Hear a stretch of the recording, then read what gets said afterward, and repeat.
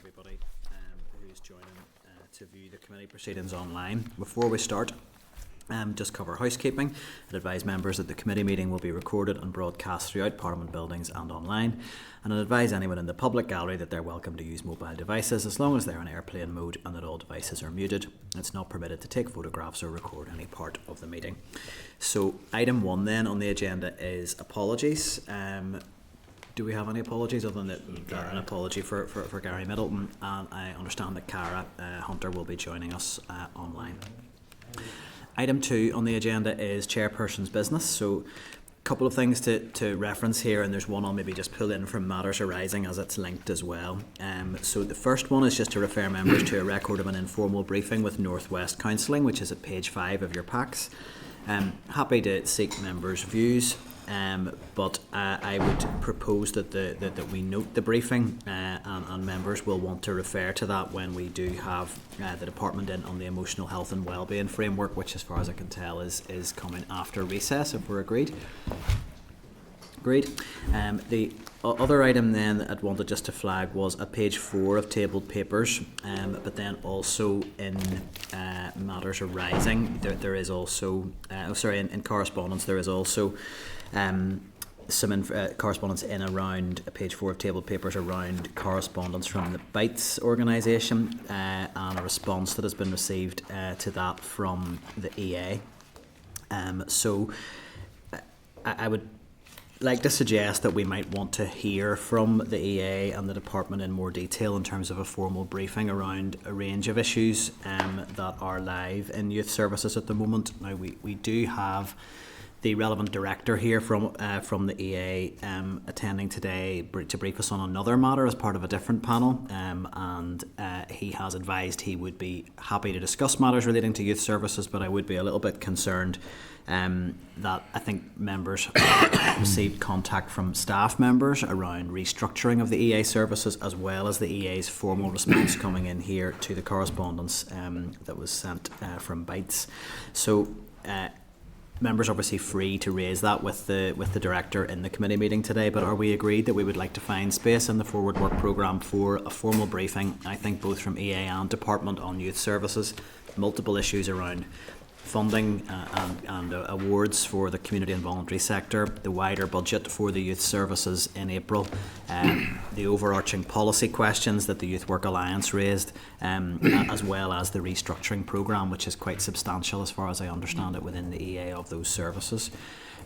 The challenge we'll face is just where we fit that briefing in. So are members content that if things need to move around to hopefully get that in before recess, that is a priority item? Are we agreed? Okay. That concludes everything at chairperson's business then. Item 3 is declarations of interest. Do any members have any declarations that they need to make in relation to any items on today's agenda? No, if that should change, obviously indicate so we can address that. Item 4 then is matters arising, and just two items in here. We have at page 10 of the pack, we have the business case has been provided for from the department in relation to the replacement of GTCNI. Members content to note that as evidence for the ongoing deliberations on the GTCNI bill. Great. And then we have at page 7 of tabled papers, this has come through the Deputy Chair, so happy to bring him in to speak to it. We have a response from the Minister of Education regarding evidence in relation to proposed legislation for a managing authority for the controlled sector, and the Minister's assertion of how that will improve educational outcomes for pupils. So, Deputy Chair, you'd asked for this to be tabled? Chair, I had a sort of back and forth with the Minister last week on this issue and asked him, because his assertion or his hypothesis is that if the controlled sector had its own managing authority, the outcomes from those schools would be as good, equally as good as the Catholic sector. And I simply asked them for evidence to prove or support that hypothesis. And he actually sent me a 3-page letter. And the first page deals with the fact that the Catholic schools are outperforming the controlled sector. The second page tells us that leadership is a very important factor in schools, which we all know anyway. And then the third page sort of points us to the consultation that has taken place. And I suppose when I was at school or at university, if you bring forward a hypothesis in order to prove or support that hypothesis, you bring forward empirical evidence to support it. There's no evidence in this at all. I mean, if a first-year student in university produced this to their lecturer as evidence, it would be laughed at. I mean, my 13-year-old daughter wouldn't do a piece as bad as that, I would hope. And I'm totally agnostic on this. I want excellent outcomes for all our schools. But this is going to cost, we've been told, 1.2 million to set up. And then at the very least, £1 million every year of that in resource money. And I just want to hear the evidence. It's not good enough just to say, the Catholics have CCMS, so we want our one too.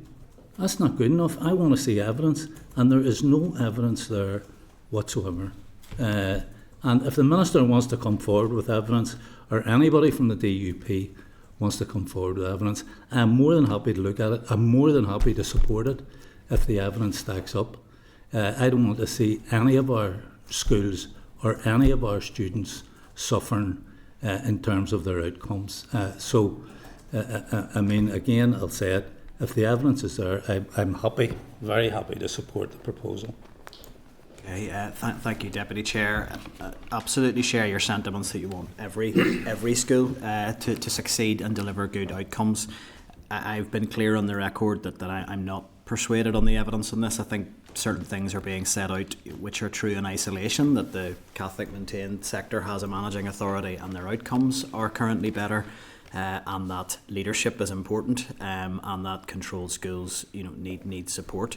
But to join all those things up to say that a managing authority is the answer is not clear to me. I think a directorate has been set up in the EA, and I'm not sure that the evidence is there for the increased spend to take that to another level. So I share those concerns. Well, I mean, the other point I should have made, Chair, is that first of all, a dedicated unit has been set up within the EA. As well as that, you have the Controlled Sector Support Council, if I've got that right, CSSC. And, I mean, just to make this leap that, because Catholic sector has CCMS, then if the controlled sector has their managing authority, it will increase outcomes. There may be all sorts of variables involved. There may be impact of paramilitarism in some areas. It may be culture, there may be history, it may be pedagogy in particular schools. Let's see the evidence. That's all we're asking for. I'll bring David in. Sure. I mean, I haven't seen the detail of the letter that Pat's talking about. Personally speaking, and while I'll happily look at anything that comes forward, I mean, I suspect it's not in itself a silver bullet that will cure all ills or raise in itself standards to the level of that is other the schools. Argument that's being made. But I do think it's probably part of, and I think that's what I've heard the chair say. It's part of a wider range of things that can be looked at, and what you said yourself. There's no doubt about that. But I think, personally speaking, I think this is a matter of equality. So I think it is relevant that other sectors have their own managing authority, and the controlled sector, our biggest sector, is the one without. I think that does need to be addressed, and I think I'd be surprised, Pat, if those who've spoken so far, if they're engaging with controlled school leaders, haven't, if asking the question, heard that it would be preferable for them if they had their own management authority, because that's certainly the message that comes back routinely when we discuss it. Yeah, but could I ask you through the chair, of course? I mean, if you're making that argument for the controlled sector, then surely you also have to make it for the integrated sector and for the Irish medium sector, because neither of those sectors have their own managing authority. I'm arguing for equality.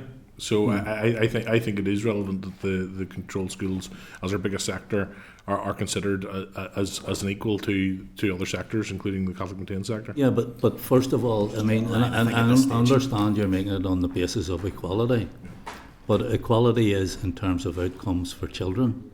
Yeah. And if you're going to make an argument, it has to be on the basis of objective and supporting evidence. I think Final point, David, and we'll we've draw all, the line. we've all heard, and I understand the preference probably from the Church Party in that regard of the independent review and the aspiration towards a single managing authority, and I have no objection to that. But I think the argument that's being made in the meantime is that that's, for various reasons we no point in getting into now, is unlikely to happen in the short to medium term. And while we're waiting that, I think it's right that the controlled schools should have a managing authority. I think we'll draw a line at this stage. Are there any actions arising, or are we content to note the division of opinion on this matter? Chair, could I just make one final point? I'm not opposed to this, not at all. I just want to see the evidence. And if someone gives me robust evidence to support the argument that there should be an independent managing authority for the controlled sector, I am more than happy to support it. More than happy. Perhaps an issue we can pick up when we get the Minister in, hopefully after recess, and maybe get an update on that later in the agenda at Forward Work Planning in terms of where that is at. Item 5 then on the agenda is the next... Sorry, Chair, can I pick another matter to Horizon? Oh, sorry, yes. It's just a really quick one. I just thought it was worth highlighting the concern there is out there in terms of a tax change that's coming that will impact our childminders locally. It's around making tax digital and removing a 10% wear and tear allowance. There's real concern that's going to impact heavily the viability of the childminding sector. So I was hoping if the committee were agreed, we could maybe write to the department or to the Minister actually and ask if he would collaborate with the Finance Minister to see if they could advocate for this at least to be paused until the impact of this can be looked at. I know it's a devolved, childminding's devolved, yet tax is reserved, but I think the role that we play here in terms of the sector and the importance, I think it would be important and valuable if those ministers could come together to advocate for those childminders. Certainly agree, and I think if the strategy that we're going to be looking at soon is going to have any chance of success, the sector has to be put on the best footing possible for sustainability. Our members agreed to raise those issues. I'm sure we've had contact from local childminders. We all agreed? Agreed. Okay, item 5 then is draft minutes. Those are at page 79 and they are minutes of the Education Committee meeting of the 4th of February 2026. Our members agreed that the minutes are a complete and accurate record of proceedings. Agreed? Yeah.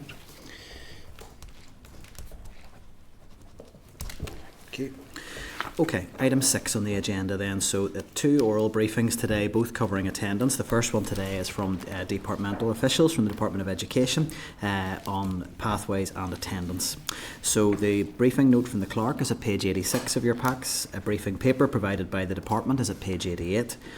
We have, for members' reference, a record of an informal meeting on emotionally based school non-attendance, which was a couple of parental support groups who presented to the committee. We have a report from the independent autism advisor or a reviewer on parental prosecution in non-attendance cases, which she has provided for committee members' reference at page 36 of tabled papers. So, in terms of officials presenting today, we have joining us Claire McClelland, the Director of Raising Aspirations and Supporting Learning within the department, Michael Leonard, Head of Additional Educational Needs Team, and Glenn MacDonald, Head of Tackling Educational Disadvantage Team, all within the Department of Education. So you're all very welcome here today. Thank you for giving up your time to committee on this issue. So I'll hand over to you for initial presentation of up to 10 minutes, and then we'll move into question and answer from members. And we have 2 big briefings and a committee report to consider later in the agenda, so I would ask members to stick to 5 minutes per inquiry, and I'll try and be fairly rigid on that with all members, but I'll hand over to you, Claire, I'm assuming in the first instance. Okay, thank you. So first of all, thank you for inviting us here today to provide an update on issues relating to attendance, including emotional based school non-attendance, or EBSNA for short, and the related issue of pathways. So as you know, I'm Claire McClellan, Director of Raising Aspirations and Supporting Learning, and the Chair has introduced Glenn and Michael, who head up the Tackling Educational Disadvantage team and the Additional Educational Needs team. Michael and Glenn's policy remits include attendance and also alternative provision and education other than at school. In advance of today's committee session, we have circulated a paper, and hopefully that is useful. Beginning with attendance, the department has been clear that regular pupil attendance at school is an ongoing challenge, which was significantly impacted by the COVID-19 pandemic. And whilst the majority of pupils do attend school regularly, since the pandemic there are a growing number of children and young people who within our schools for various reasons find it difficult to attend school every day, find it very challenging and may need extra support. This time last year I highlighted that recent trends in the level of pupil absence in schools were concerning, and in particular the number of pupils with persistent absence. I have provided the committee with the most recently published attendance data, and whilst there are some marginal improvements, the position does remain concerning. The department is currently consulting on the draft Attendance Matters strategy, and this new strategy focuses on 6 priority areas. Firstly, promoting a nurturing environment to understand and reduce emotional-based school non-attendance, ensuring inclusive strategies to promote positive behaviour, using data to identify vulnerable children and young people and delivering early interventions, understanding why children are missing from formal education and taking steps to address this, piloting a whole community approach to improving attendance, transforming support for school and other settings. So the strategy sets out the continued importance of regular attendance at school in enhancing the life chances of children and young people, particularly those who are struggling with attending in that post-pandemic world. The consultation period that launched on the 8th of December will run until the 6th of March. We've already received over 1,200 responses to that. And as part of the consultation, we are undertaking a range of public events right across Northern Ireland aimed at school staff, aimed at parents and children, and a range of other interested parties. We will be having further online events specifically to gather the views of teachers and school leaders. And in addition to that strategy, EA have produced a new self-evaluation document called Attendance Matters, a practical guide to improving attendance together. And this enables schools to identify their strengths and weaknesses regarding pupil attendance and provides practical solutions to improving the areas identified by schools. And this was issued to schools at the start of the last academic year. In terms of emotional-based school non-attendance, this is an umbrella term that covers a range of issues. So emotional-based school non-attendance has emerged as a challenging and complex issue that makes it difficult for children facing issues such as anxiety to maintain regular attendance at school. From the commencement of this academic year, schools are able to record pupil absence due to EBSNA with a specific absence code. We introduced this to help us better understand the issue and indeed the scale across the system. The department is also recommending that school settings advise their education welfare officer in cases where this attendance code is applied, and this is to ensure that every avenue is explored at the earliest opportunity to re-engage that child and address the needs. In conjunction with the pupil and with the parent, the School and Education Welfare Service should consider the most appropriate educational option on an individual basis. Education Authority's Education Psychology is providing training for schools and EA staff on emotional-based non-attendance. To date, 245 school staff across primary and post-primary schools have received training. 15 staff have also received additional motivational interview training. A further 271 corporate staff in the Education Authority have been trained, with 103 staff in EA attending that additional MI training. All education welfare staff receive comprehensive training in terms of emotional-based school non-attendance. The department recognises that in some circumstances, despite school-based interventions, an alternative pathway may be suitable for some children and young people who may have disengaged from education. In these circumstances, alternative education provision, or AEP for short, may be appropriate. Alternative provision can be defined as structured educational opportunities provided outside mainstream school settings for children and young people who, without such provision, would not otherwise access suitable education. Alternative provision includes education otherwise than at school, or EOTIS, for pupils with social, emotional, behavioural, medical or other issues. Article 86 of the Education NI Order 1998 places a statutory duty on the EA to make arrangements for the provision of a suitable education at school or otherwise for those children of compulsory school age who, by reason of illness, expulsion from school or otherwise, may not receive a suitable education unless those arrangements are put in place for them. EODIS is very different from mainstream school, and while it's definitely concerned with educational progress, there's a focus on helping children and young people address and overcome social, behavioural, emotional and wellbeing difficulties, or indeed other barriers that are preventing them from accessing learning. The committee briefing paper, which you received, provides a more detail on how EODIS provision is structured and how it is delivered. EODIS remains a critical part of the continuum support for children and young people. However, there is a wider strategic aim to minimise reliance on EODIS through strength and inclusive practice and early intervention. With this in mind, and given the most recent departmental EODIS guidance dates back to 2014, the Department and the Education Authority have agreed to initiate a review of EODIS with the aim of developing a strategic vision for the future of EODIS provision, incorporating an updated policy framework which was better aligned to the inclusive education principles and SEN reform. While statutory responsibility for delivering EODIS rests with the EA, in recent years a range of alternative provisions operating outside the formal education system have emerged. This provision is primarily based around community-led approaches which aim to serve specific cohorts of young people who struggle to access statutory provision. The need for alternative education models to better support those cohorts of children and young people who do not thrive in traditional school environments and who therefore may be at increased risk of disengaging with mainstream education was consistently highlighted as an issue during the RAISE programme's engagement with educational settings, communities, children, young people and families right across Northern Ireland. In addition, the Department's wider reform agenda, as set out in the Transform Ed strategy, prioritises tackling educational disadvantage, raising standards and ensuring equity across the system. Against this backdrop, alternative education provision has the potential to play a critical role in supporting some of our most vulnerable learners, reducing barriers to participation and contributing to improved outcomes for those at risk of exclusion or persistent non-attendance.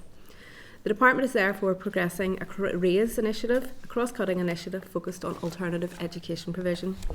There are two elements to this work. Firstly, a piece of external research which aims to explore the current alternative provision landscape in Northern Ireland and in other jurisdictions, including the degree to which these are integrated into mainstream education, to identify the needs of young people in Northern Ireland accessing this support.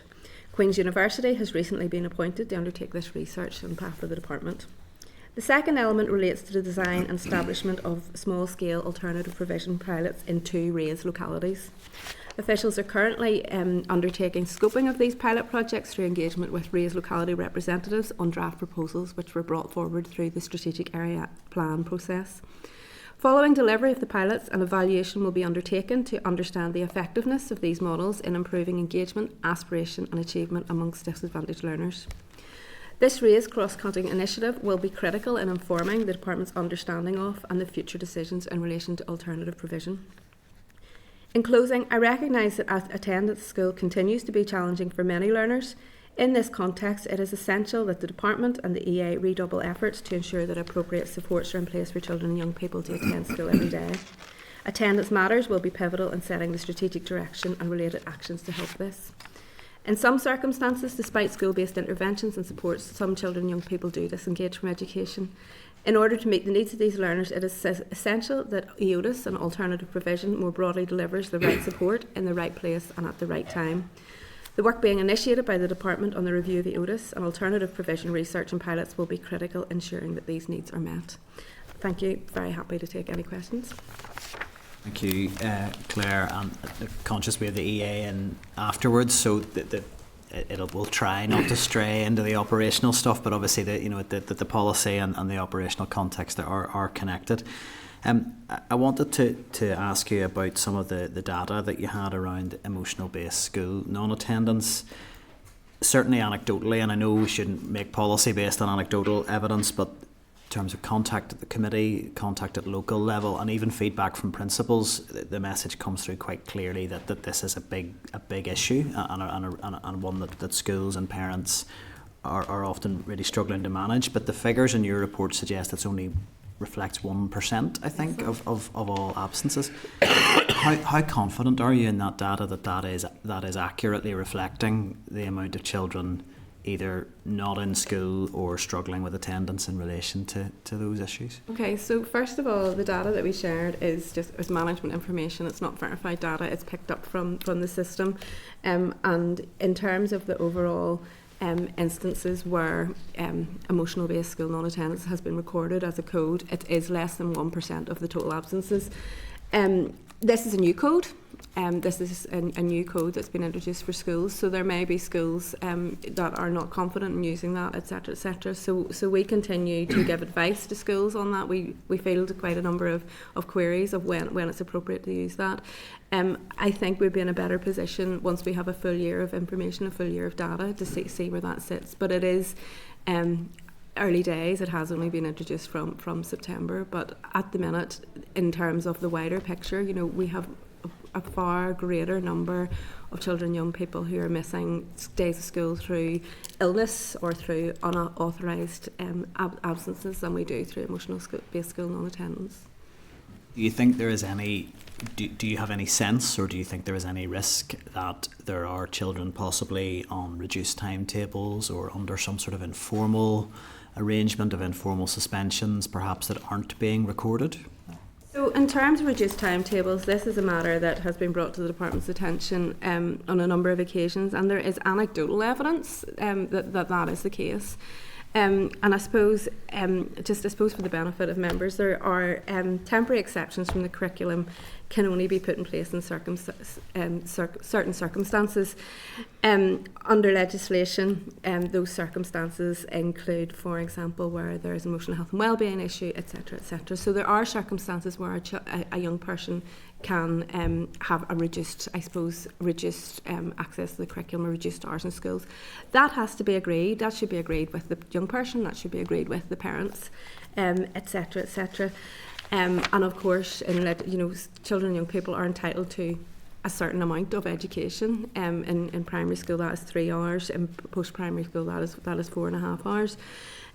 So it is an issue that has been raised with the department.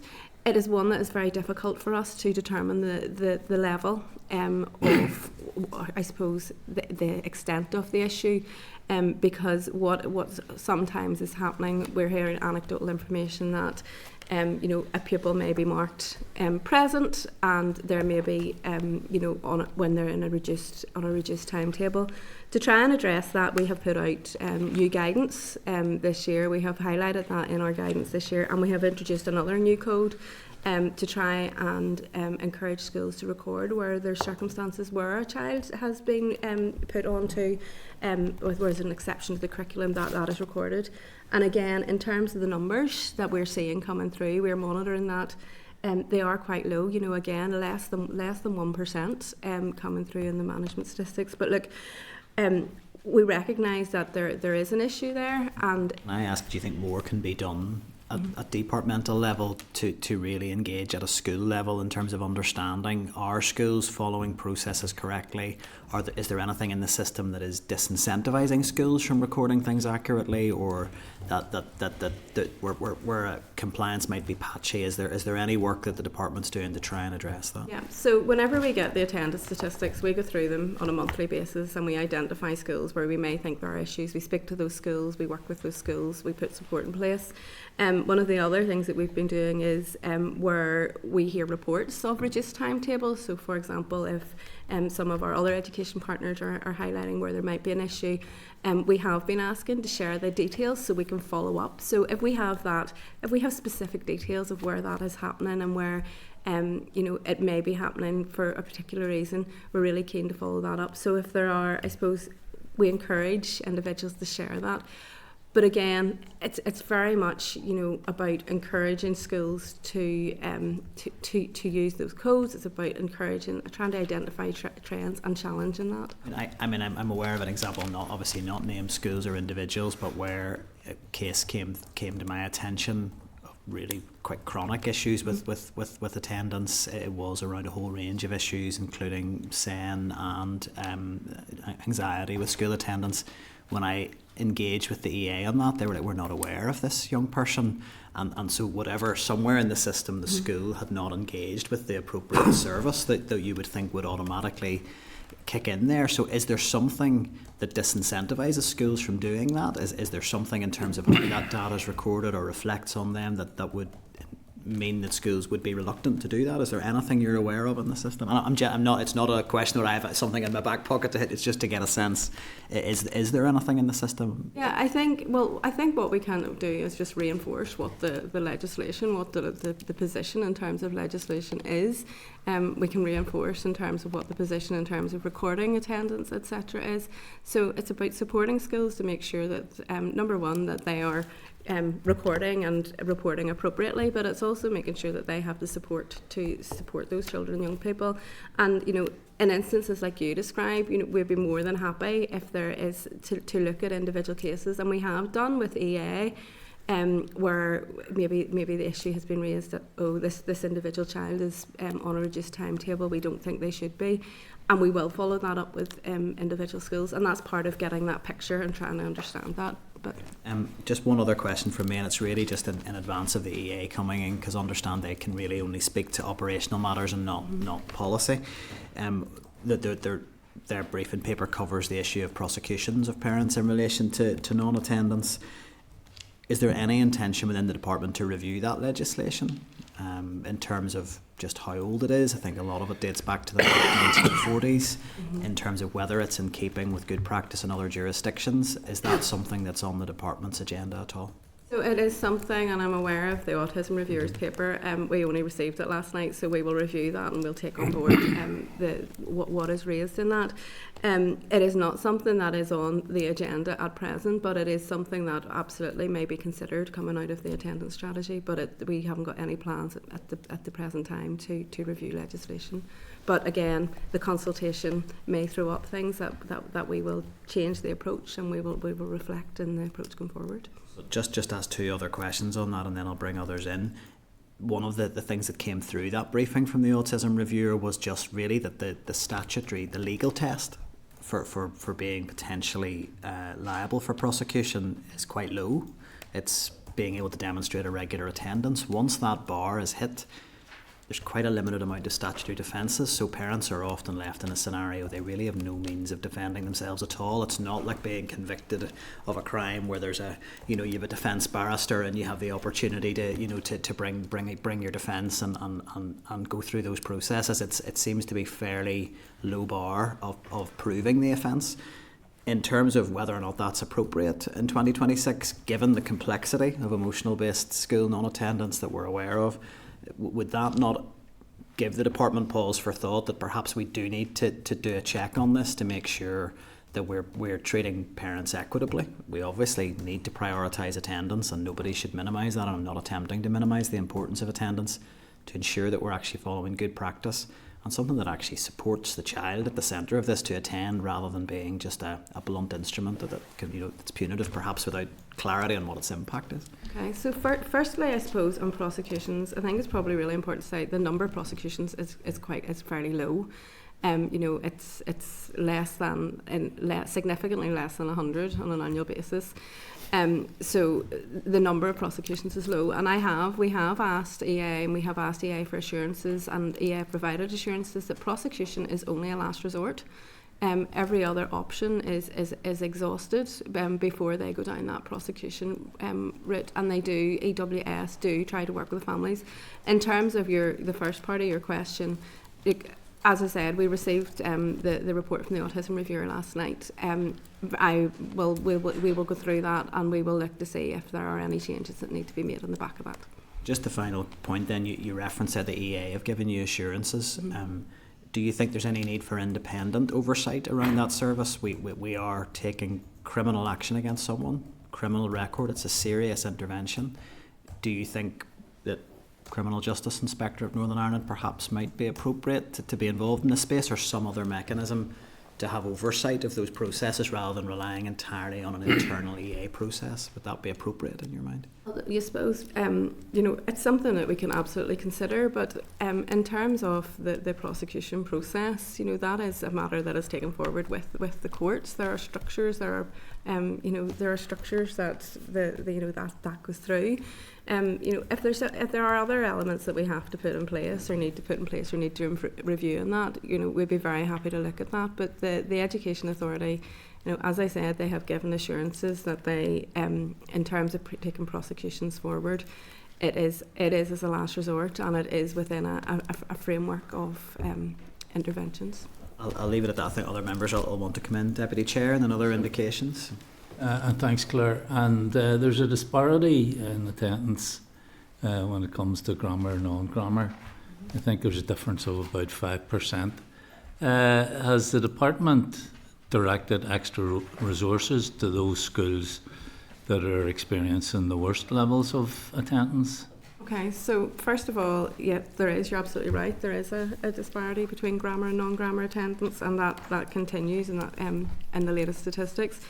In terms of targeting funding, etc., so we have the tackling educational disadvantage funding, so targeting social need funding, extended schools funding, the RAISE programme, and in terms of schools very much target that at a range of initiatives, including attendance. And can I just intervene there at that point? Well, first of all, the RAISE programme isn't up and running yet, as far as I'm aware. There's still an appeal ongoing. But in any event, it's only a limited number of years funding. And I'm more concerned about more structural devices that would be used to combat non-attendance. And the issues you raised there are sort of, scattergun impact. The funding's given out to these different funding streams, but nothing specifically in relation to attendance. I'm just wondering, in the south, I'm sure you're familiar with the DAESH schools, and in those schools they have liaison officers who regularly interact with families where there are attendance problems in terms of the children. I'm just wondering, are there any suggestions of anything like that happening in the department? Absolutely. So in terms of the RAISE programme is absolutely up and running. The RAISE programme, we're about to issue letters of offer in West Belfast in particular. I know, but it's limited time. I mean, this attendance issue has been going on for quite a while, and I suppose what I want to know is, what specifically is the department doing about attendance? The RAISE funding isn't aimed at attendance, or lack of attendance, or non-attendance. It's across the board on underachievement. So, in terms of policies within the department, something more structural that's going to be there on a permanent basis? Well, the Attendance Matters strategy that we're consulting on will be the framework. It will set out the strategy and the vision, and the list of areas that I outlined will be core to that. But alongside that, it's initiatives like RAISE, it's initiatives like extended schools that schools can tailor and put into place supports to deal on a local basis. So you mentioned DAESH, you mentioned homeschool liaison.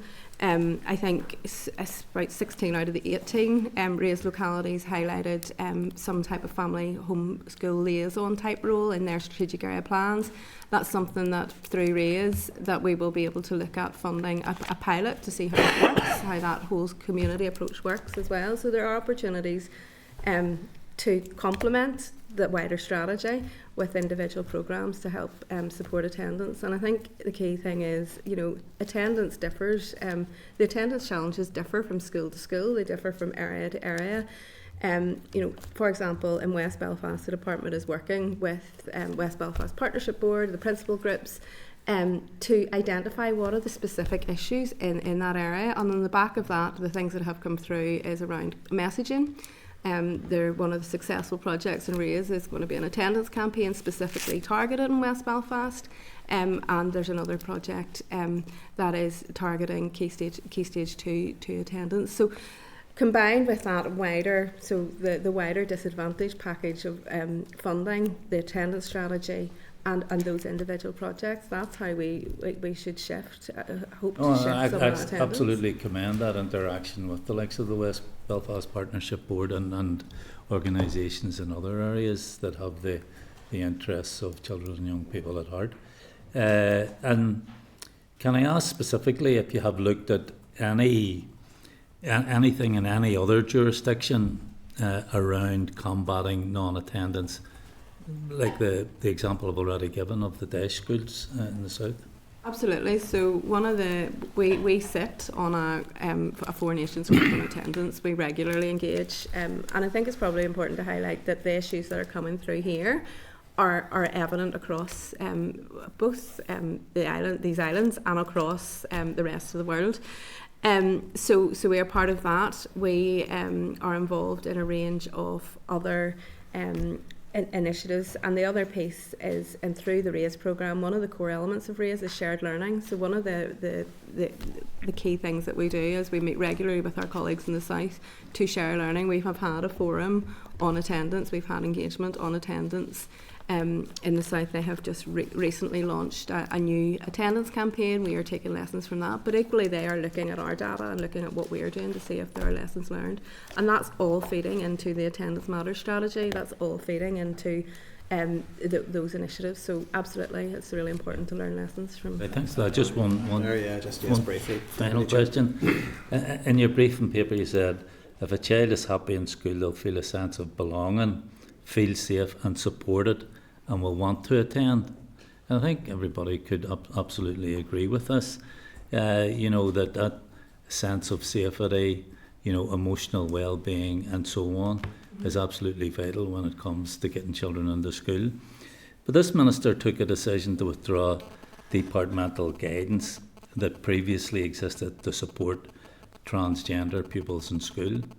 And that is a vulnerable group of students, and how does that help? How does the minister's decision in regard to withdrawing that guidance in any way help ensure the attendance of those children in school? So first of all, the minister, when he withdrew the guidance and he put his policy statement out, made clear the rationale and the reasons why he asked for that guidance to be withdrawn, and that was because there were elements of that which were unlawful. Did you think that was a good idea? Do you think that in any way helped this group of vulnerable children? So in terms of that group of vulnerable children and all groups of vulnerable children, there are a range of supports in place. The Education Authority in particular remain available to give advice to schools where they need advice to support the individual groups. But there's additional services that are all of the services that existed initially are still in place. So we have the Addressing Bullying in Schools team. We have those other services through EA. We have our emotional health and wellbeing programmes. So the removal of that guidance was for a particular reason, and the minister has outlined his rationale for that. But again, the services and the supports are available for schools. And would you say that the withdrawal of that guidance would have had no impact at all? I can't comment on that. We haven't had any. We have had limited feedback on the impact of the guidance, but. It was a ministerial decision. Deputy Chair dropped a big question in there right at the end there, so I'm going to ask other members to make sure we gave the witnesses the opportunity to answer that, but asking members to try and keep to time as far as possible from here on in. Cathy, you had indicated next. Sure. We know that a lot of these children who are facing emotional-based school non-attendance are children who are either diagnosed or undiagnosed or waiting a diagnosis around special educational needs. And I have to be honest, I've been completely overwhelmed with the stories that I've heard from parents and children around their whole experience. Horrific stories, actually. And whilst I'm really glad that it's now being discussed, and Claire, I know you've met directly with parents, around this, and I do welcome that. But I regret that there's so many children who have been impacted up until this point. There's still concern around a number of things. And the first thing is around placements. Like, do you agree that many of the cases of emotional-based school non-attendance are caused because the EA and the department are placing children, getting them off lists, placing them in places that just are not meeting their needs and are not able to meet their needs? Would you agree with that? So obviously special educational needs isn't within my policy area, but and I know you had a briefing last week, and you'll have briefings coming forward. But in terms of meeting the needs of children and young people, of course, there are some instances where their needs are not being met. But the Minister has totally continued to reiterate his commitment to ensuring all children with a statement or waiting for a statement have an appropriate school placement that meets their needs. In terms of the EA, you'll be aware that there's been over 6,000 additional SEN places created between 2020 and 2025, and the work continues in that regard. So that, combined with the work we're doing, I hope will help that situation, and will help to ensure that some of the experiences that the parents that you have met, and some of those experiences have been really difficult for not only the children but the families as well. And I was with the group of parents again last week, and we talked to them directly about the Attendance Matters strategy and how we could reflect their experiences on that. So hopefully, the work that's ongoing in terms of the SEN reform piece and the work around the Attendance Matters strategy will address some of those issues. Yeah, and I appreciate that, and I appreciate that work's going on, but the reality, I suppose, from what we're hearing, especially around special educational needs, is that that's not translating. And I know you're not here to speak about that, but some of the strategies and different things policies that you've referenced don't seem to be reaching those who need it. And I can use many examples from parents that we've heard from. I know the committee has heard in informal sessions and stuff as well, and it just doesn't seem to be translating. It doesn't seem to be reaching those families. And one of the things that they've raised with me, which I think is a really key issue and a really easy one, is just around even language that's being used, and parents feeling that they are being blamed for their children not being at school when they are doing everything that within their power. And rather than it being recognised as the child communicating their trauma and their needs not being met, it's being like the blame's just being put on the child or on the parents. So that's a simple thing around language that can be changed or acknowledged even. How do you propose that this strategy is going to recognise that? So in terms of the strategy, and we have had conversations around what the strategy is called, how things are framed.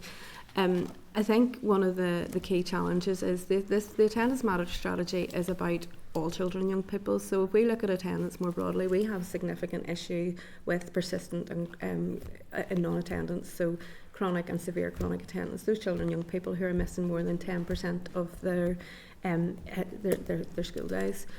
And that's for a number of reasons. So we are trying to put in place a strategy that recognises that there are children and young people that have significant difficulties, for example, EBSNA, and really can't attend school, really find it difficult to attend school. But we're also recognising that there are a range of other reasons that children and young people don't attend school. We still have a significant issue with holidays, holidays being taken in term time, the numbers in terms of family holiday not agreed. And I appreciate all that, but I suppose I'm wanting to focus more so on those children that are to do with emotional based school non-attendance. Do you, we're talking again? You mentioned there around early intervention. I know that features quite heavily in the consultation as well. Do you think that the lack of early intervention has attributed it to the scale that it's at now? I think absolutely. In terms of emotional based school non-attendance, the main attributing factor, and this really has emerged post pandemic. So I think the pandemic and the impact potentially of school closures, the impact of all of the things that were happening in society has had a really major issue. So absolutely, early intervention is key. Early intervention is where we want to be with EWS, but I think there's a range of things have played into this. But I think, absolutely, and just back to your point in terms of the language, we will take on board the views that come through in the Attendance Matters strategy, and we'll take on board as far as we can. But remembering that it's trying to deal with a whole range of issues. But I did assure the parents, last week that we would look at their suggestions and we'd see what we could take on board. But I think there's a whole lot of issues at play here, and there's not one single. I don't think there's one single issue, and there's not one single solution. Right, Thank you, Cathy. Danny, you indicated next. Thank you, Chair, and thank you. It would be fair to say that it's the system that is failing our young people and making them vulnerable rather than young people being vulnerable. And I do say that around, just following what Kathy said, around placements. And you talked a lot about attendance, but what I didn't hear was the difference between if you were to take a school and say don't include the SPIMS as part of their attendance, the difference. So could a school be at an attendance of around 96%, but if you include the SPIMS in that, they could drop as low as 90% or 89%? So the team, in terms of the Attendance Matters consultation, were in West Belfast last week, and that issue exactly was raised by one of the principals there. So last week we met with a group of P6s at St John the Baptist Primary. We met with the Peter at St Peter's Immaculata Youth Club, and the primary and post-primary principals, and that's one of the issues that they've raised. So certainly it's something that we can look at. That's huge. Something to look at. I think that's actually not good enough, because just how you answered Kathy around the minister's doing what he's trying to do with saying and all that. But placements and early interventions, it's very clear year on year. This isn't about the pandemic. It may be playing a role in it, but long before that, children have been misplaced. And if the same schools are doing all the heavy lifting, like areas which was referenced earlier on for yourself when you answered Pat around West Belfast, the schools in West Belfast and how great the school leaders are, and the people who work for the likes of West Belfast Partnership Board, they're doing the heavy lifting. It isn't officials, it certainly isn't the minister. And that is a big problem, because they are trying to cater for everything that's so hard in the system right now, and other schools aren't. And that's where we're seeing a disparity when you go into the grammar and non-grammar. The grammar schools in West Belfast have an attendance that is really high compared to some of the non-grammar. Why is that? Because they're doing the heavy lifting. And I was listening attentively to your presentation and how you answered, and you didn't even mention it. And I'm bringing it up now. That's a problem. It's not being mentioned, and I don't think you have a handle on it, and haven't had a handle on it for years. And that's not me blaming nuclear. That's me blaming the very top here. That's the chief executive of the EA, and that's also the minister. I suppose we recognise that there are challenges and issues with the system, and that's why there's the range of reforms in place. Reforms and strategies. Why the range of reforms are in place. That's why we're moving forward with Transform Ed. That's why we're moving forward with SEN reform, Okay. etc. But you just mentioned Transform Ed. I wasn't going to bring it up. But if you listen to any, especially the oldest centres and those who run that, and you talk to school leaders, one of the biggest concerns they have with Transform Ed is the actual removal that it could have to pastoral care, to that pathways for our younger people when we're putting high stake exams in there. It seems to me that you're talking in an echo chamber, that officials who are and the minister who are championing this curriculum reform are not getting it for the most vulnerable children, for our children with additional needs, and our children coming from backgrounds that are more difficult, and newcomer children. They are being completely ignored in all of this, and we are once again going after those who are attending school, those coming from the more affluent backgrounds, those who don't have the challenges. And that's the same with attendance. That's the problem. Schools in socially deprived areas are doing all the heavy lifting where the others aren't. And that's not me pitting grammar against non-grammar. This is about me telling absolute truth what's on the ground right now. It's the same schools are doing the same lifting, and it's our school leaders and it's our community and voluntary sector that is actually leading the way and giving these children a chance. It is certainly not the department, and it's certainly not the Education Authority, and it certainly isn't this minister and the chief executive. So, in terms of Transform Ed, there's nothing in Transform Ed that suggests removing anything to do with EOLIS or pastoral care, etc. There's a focus on wellbeing. There's a focus on tackling educational disadvantage, etc. You're going to be setting it up for a high stake exam when you remove coursework could be getting removed from it, but also then the AS levels. The EOLIS centres, again, I'm probably going to run out of time here, but there we had an announcement that came out of the blue to say that the EA were not going to be sending referrals to the community and voluntary sector of EOLIS. Like, I have one in my constituency which actually supports children from the minister's constituency and has done for nearly 3 decades. Their doors will close in June. I think it's a massive slap in the face when officials come in here all the time, and you all sound great with it, but the reality on the ground is, personally, I don't think you get it, and you're going to continue to fail young people, and it's going to be the same young people that are failed. It is a system that's failing them, and making them vulnerable, and not them themselves. And too much blame then gets put on parents, and it's not fair. And you can throw all the money in the world you want at raise and do billboards and do at different key stages. See, if we don't address those issues with placements, forget about it. It's a waste of money. I suppose that the issues with placements are being addressed, and in terms of raise, There's going to be hundreds of children again this year that won't be placed.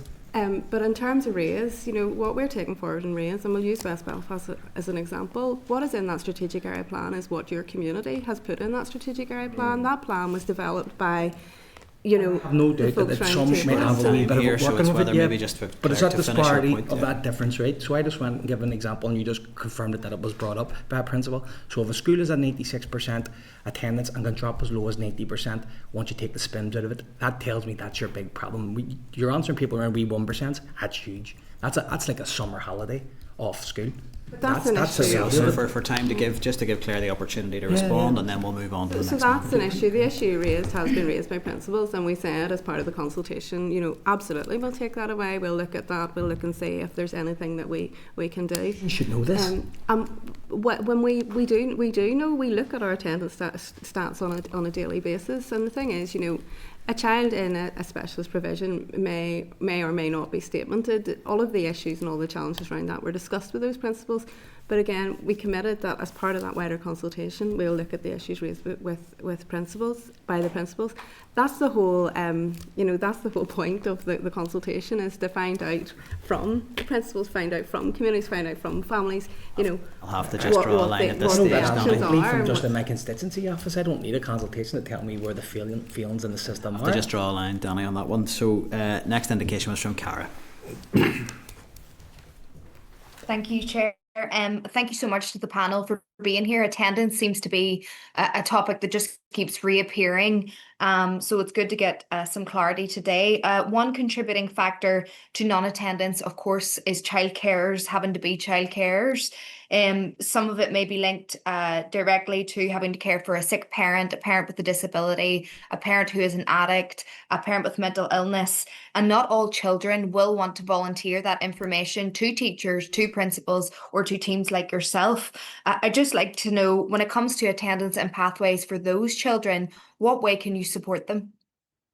Okay, so young carers is an issue that we have been focused on in the last, I suppose 18 months. We've done a lot of work with Action for Children in terms of putting resources in place. And you're absolutely right. Where a child is a young carer, very often they don't want to say that they're a young carer. They don't want their peers to know that they have caring responsibilities. So we have worked with those children and young people. We have developed a poster which is available in school. We have encouraged updated guidance to try and encourage schools to engage and to make a space where young carers feel that they can say, and also given advice to schools on supporting young carers. Part of the Education Welfare Service transformation programme, there will be a dedicated individual responsible for young carers who will be able to directly advise schools on that. So do recognise absolutely it's an issue, it's a challenge for those young people.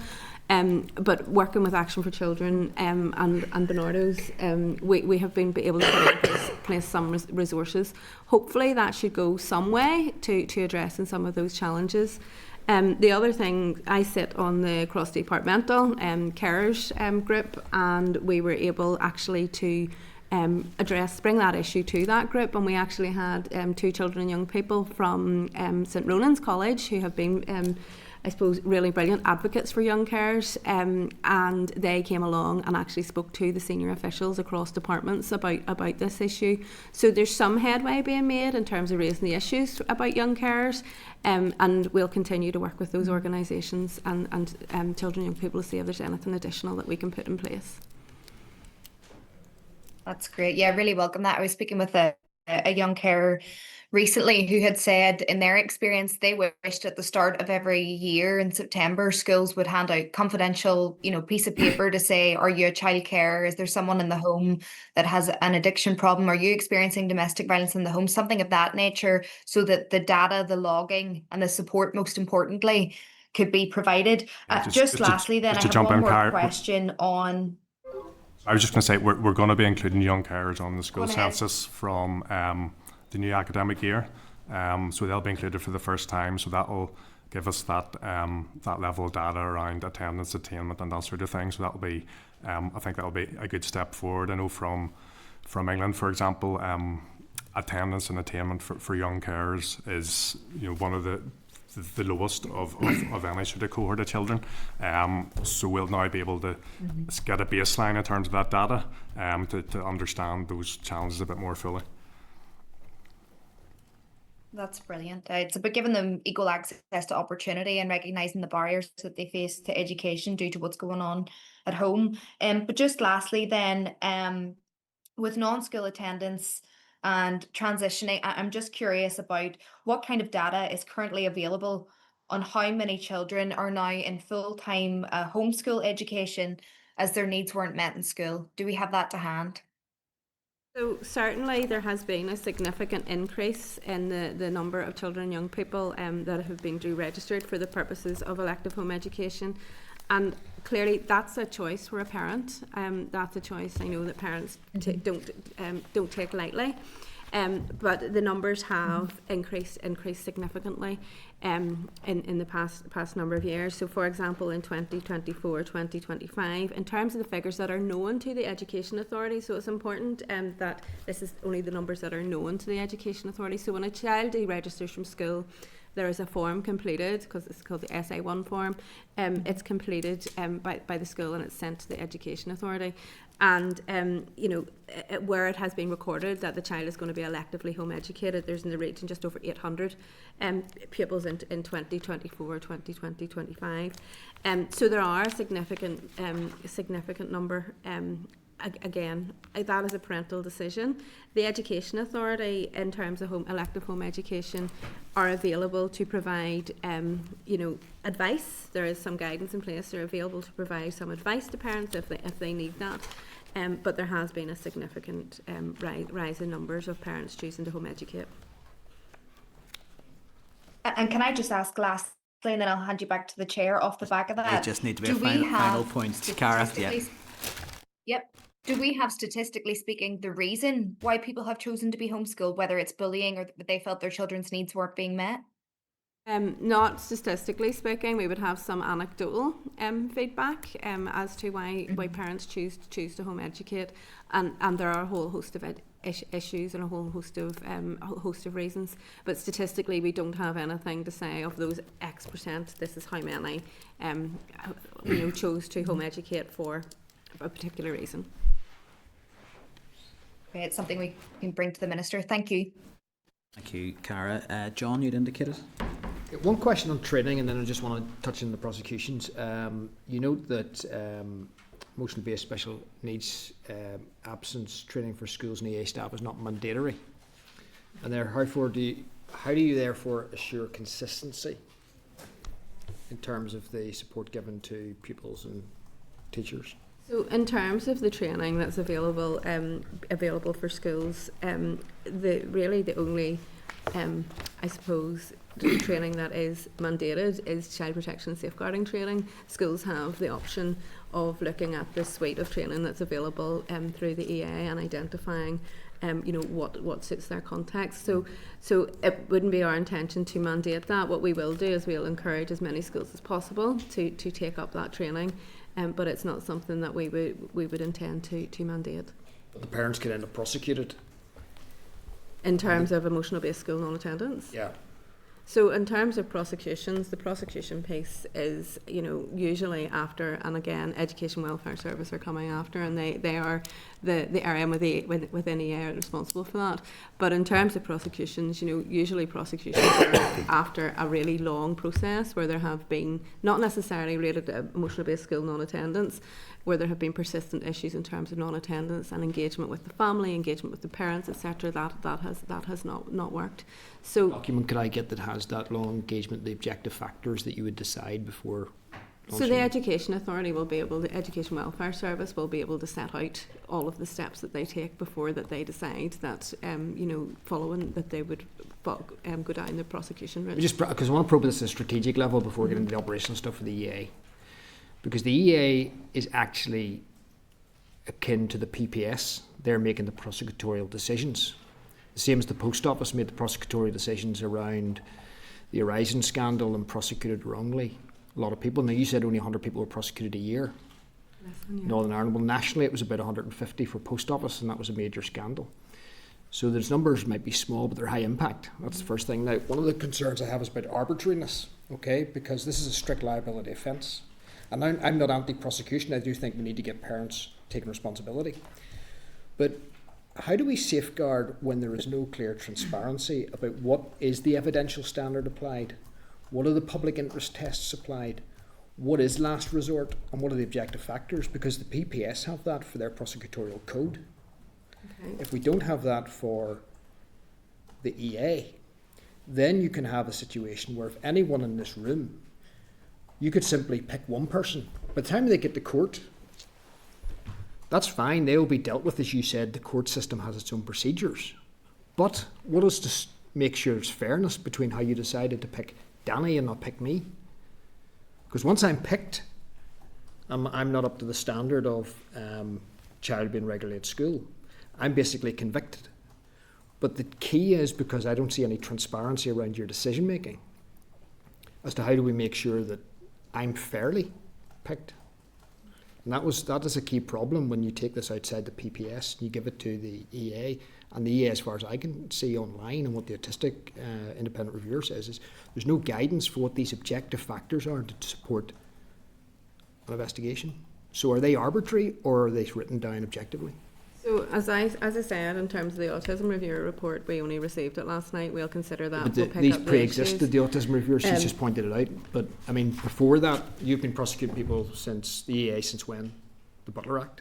Yeah, 1940s, yeah. Right, so let's pretend the EA, the independent autism reviewer, doesn't exist and didn't send us that. You've still been prosecuting people since the 40s. Yeah, so in terms of where's the documents that tell me what are the objective factors that decide what is last resort, so that they're consistently applied to everybody? And second of all, where's the disclosure responsibilities on the EA in terms of making sure there's a fair trial? Right, so that would apply under the criminal code. So look, as I said, we have asked EA for assurances in terms of their processes. They have given us assurances in terms of the steps that they go through before approaching prosecution. In terms of what the autism reviewer has said in terms of the issues you've raised, if there are additional steps, if there are pieces of information that we need to develop, we need to bring forward, we can do that. But in terms of what the actual steps that the EA take, EA, Education Welfare Service folks that are coming in next will be able to set those out in detail for you. That sits that They're not online, so how do the public know? With the Education Authority. But again, parents know if they're going through this. Where is this set out? Because the PPS have a code, and the PPS code will say what are the objective tests for public interest, what are the objective tests for the evidential standard.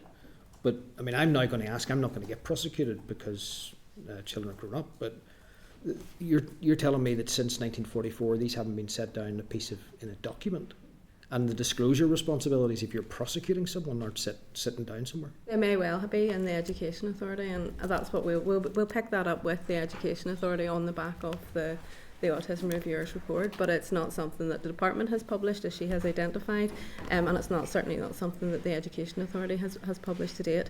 If there's a gap there, we'll address that, absolutely. But again, as I said, I haven't fully read the report, but haven't fully considered the implications, haven't developed any advice on that. As you sit above the EA, we're going to find them I can't get the assurance from you that therefore people who should have been prosecuted have been, and people who shouldn't have been prosecuted haven't been. And there could be a lot of arbitrariness in this decision making, because once you're actually put in front of the court, there's really no defence, because the strict liability offence and the threshold is very, very low. Has your child been a regular tender? And what I'm concerned about is someone whose child isn't a regular tender because they're the star rugby player, or they've got a sporting issue like Rory McIlroy wasn't a good attender. Thankfully, he's now a champion golfer.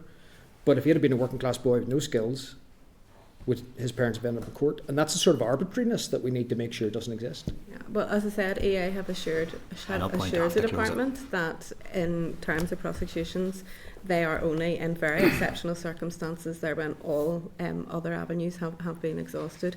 But as I said, if there's gaps in terms of the information that needs to be published, we will look at that and we'll address that. I'll ask the EA. Look forward to it. Thank you, Claire. Thank you, John. David, you're indicated next. Thanks very much, Chair. And you touched on some of the community-based interventions that we're seeing for those that struggle with the school-based interventions. We've had a couple of programmes, and Phoenix from my own constituency in with us previously. But I was just wondering what engagement the department has with the bodies that provide that service, or the community organisations that provide that service, and whether there's anything done to evaluate that or to map out what's available across Northern Ireland, because I feel like there could be an inconsistency there in what's available and where it's available. What do we know about them? Okay, so firstly, in terms of a community-based provision that's typically non-statutory, there are a couple of community-based provisions which are provided through EA, which have been procured. So we wouldn't have a full overview of what those provisions are. Where they are delivering particular projects for the department, there will be checks and balances put in place. For example, a letter of offer, there'll be Education and Training Inspectorate will review them, evaluations, but we don't have a full picture of all of those provisions across the board. Through that piece of work, the cross-cutting initiative and raise the alternative provision piece, I hope that we will get a better picture of that, but also have a better understanding of where that community provision, which is really important for a significant number of children, young people, where that sits alongside the statutory provision as well. So that is one of the questions that we'll want to answer through that research, and one of the questions that hopefully we can answer taking those couple of pilots forward in those raised localities. And to be clear, I'm confident that the ones that I've engaged with so far provide a very, very good service, and being in the community actually helps them to meet those young people at their point of need. I just think that if even as a last resort, if those services are being a substitute, if you will, for schooling, we need to be making sure that when a child drops into those services, that it's a quality enough service, and also that they are interventions that are aimed at and able to trying to get a child to the place where they're able to re-enter the schooling service or the schooling system, and if we're allowing children to drop into those services without necessarily having any sort of mapping of them or a greater understanding of them, my fear is that in some places those services may be less good than others, and actually what you see is young people dropping into them and never likely to return or to be able to better themselves in the future. And that's one of the particular challenges, because a lot of the services you're describing are not linked to the department, they're not funded by the department, therefore we don't have oversight of them, we can't inspect them, etc., etc. So the provision that is in place by the through the department on a statutory basis is has a number of boxes to tick as such. So it is a challenge, but I think it's important to say, usually when children and young people are in these community provisions, that has been a decision that their parents have taken, that has been a decision that their parents have taken. In terms of schools, there are lots of opportunities through, for example, the entitlement framework, where schools can work with, for example, training organisations, etc., to make available subjects or courses through that provision. So through the statutory framework, there's opportunities, but certainly, you're absolutely right.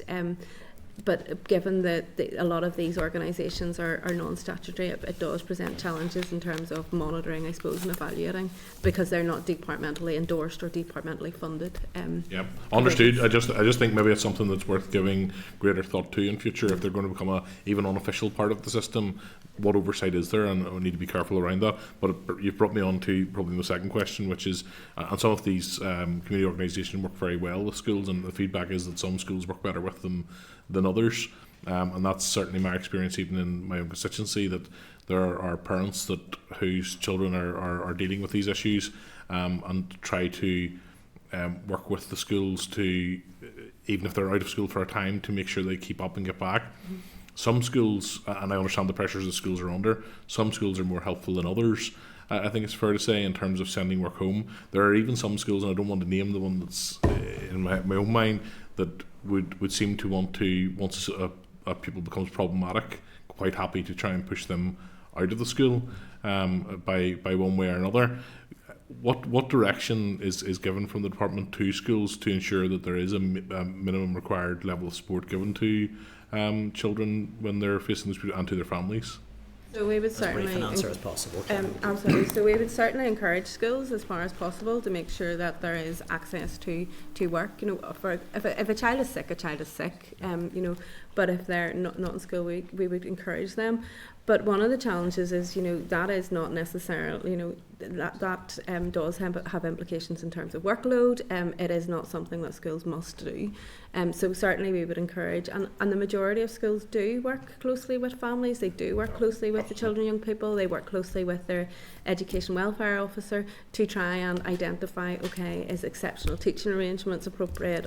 Is there a way that we can look to reintegrate that? But I suppose from a departmental perspective, we would try to encourage schools to continue to work with those families to keep those pupils engaged as much as they can.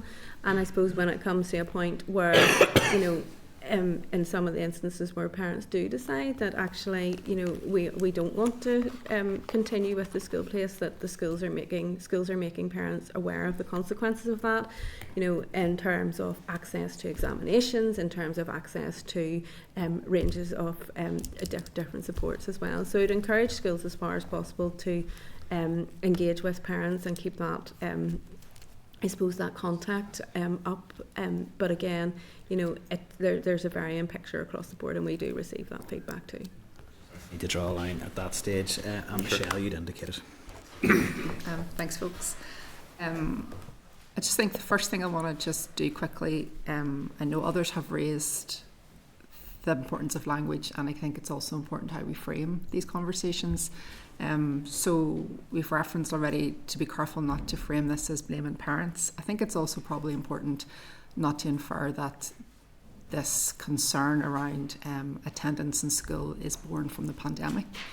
And the pandemic is something that happened, but I think we're aware that there's problems with attendance and issues in the system that predate the pandemic, and it's just to be careful that when we're talking about this, that's not a get out of jail card for the department, and why we haven't perhaps addressed some of these issues sooner. So why are we acting now? There are a lot of other reasons. So can you just, I guess, for the completeness of the framing of this, actually outline why we're having an attendance strategy now? It's not really just a pandemic response. Well, I think first of all, absolutely, it's not just a pandemic response, but in terms of the figures, 2017-18, 44,000 pupils had 10% or more absence, 24-25, 82,500. So that's an 87% increase. So absolutely, the pandemic, post-pandemic, there has been an impact, but prior to this, we have had a range of attendance strategies. We had the Miss School Miss Out strategy. We had a range of different campaigns. This attendance strategy is a revised and refreshed attendance strategy, taking into account the context, the change in context, taking into account the emerging issues, and one of those is that emotional-based school non-attendance. That's not something that really featured featured prominently back in 2017, 2018, when those figures I quoted were from. So absolutely, attendance has been a challenge, and the department has been looking at attendance for a long time. But this strategy is about looking at the current context and what can we do to address some of those challenges now. I think some of the feedback that I've got from parents on the challenges with dealing with these issues is just around the clarity of the pathways available to them, and difficulty when you're getting into dealing with different agencies outside of necessarily school, the different multi-agencies that they have to interact with, and that's very difficult for them to navigate. The strategy that you have now, can you give some assurance or explain to us how that will overcome those challenges? What will this strategy do in terms of smoothing out those clear pathways for parents to get the support they need? Often it'll be an interaction perhaps with health, so there's an emotional issue there. They have to go to somebody else to get assistance for their child, which is why they're outside of school, but they're finding it difficult to navigate those different pathways. Are you confident that what you're doing in terms of ensuring those interagency kind of interactions will be better after this strategy? So the emotional health and wellbeing framework in education is a joint health and education framework. So that would be the starting point. Absolutely, we do have conversations with health about how we can join things up better.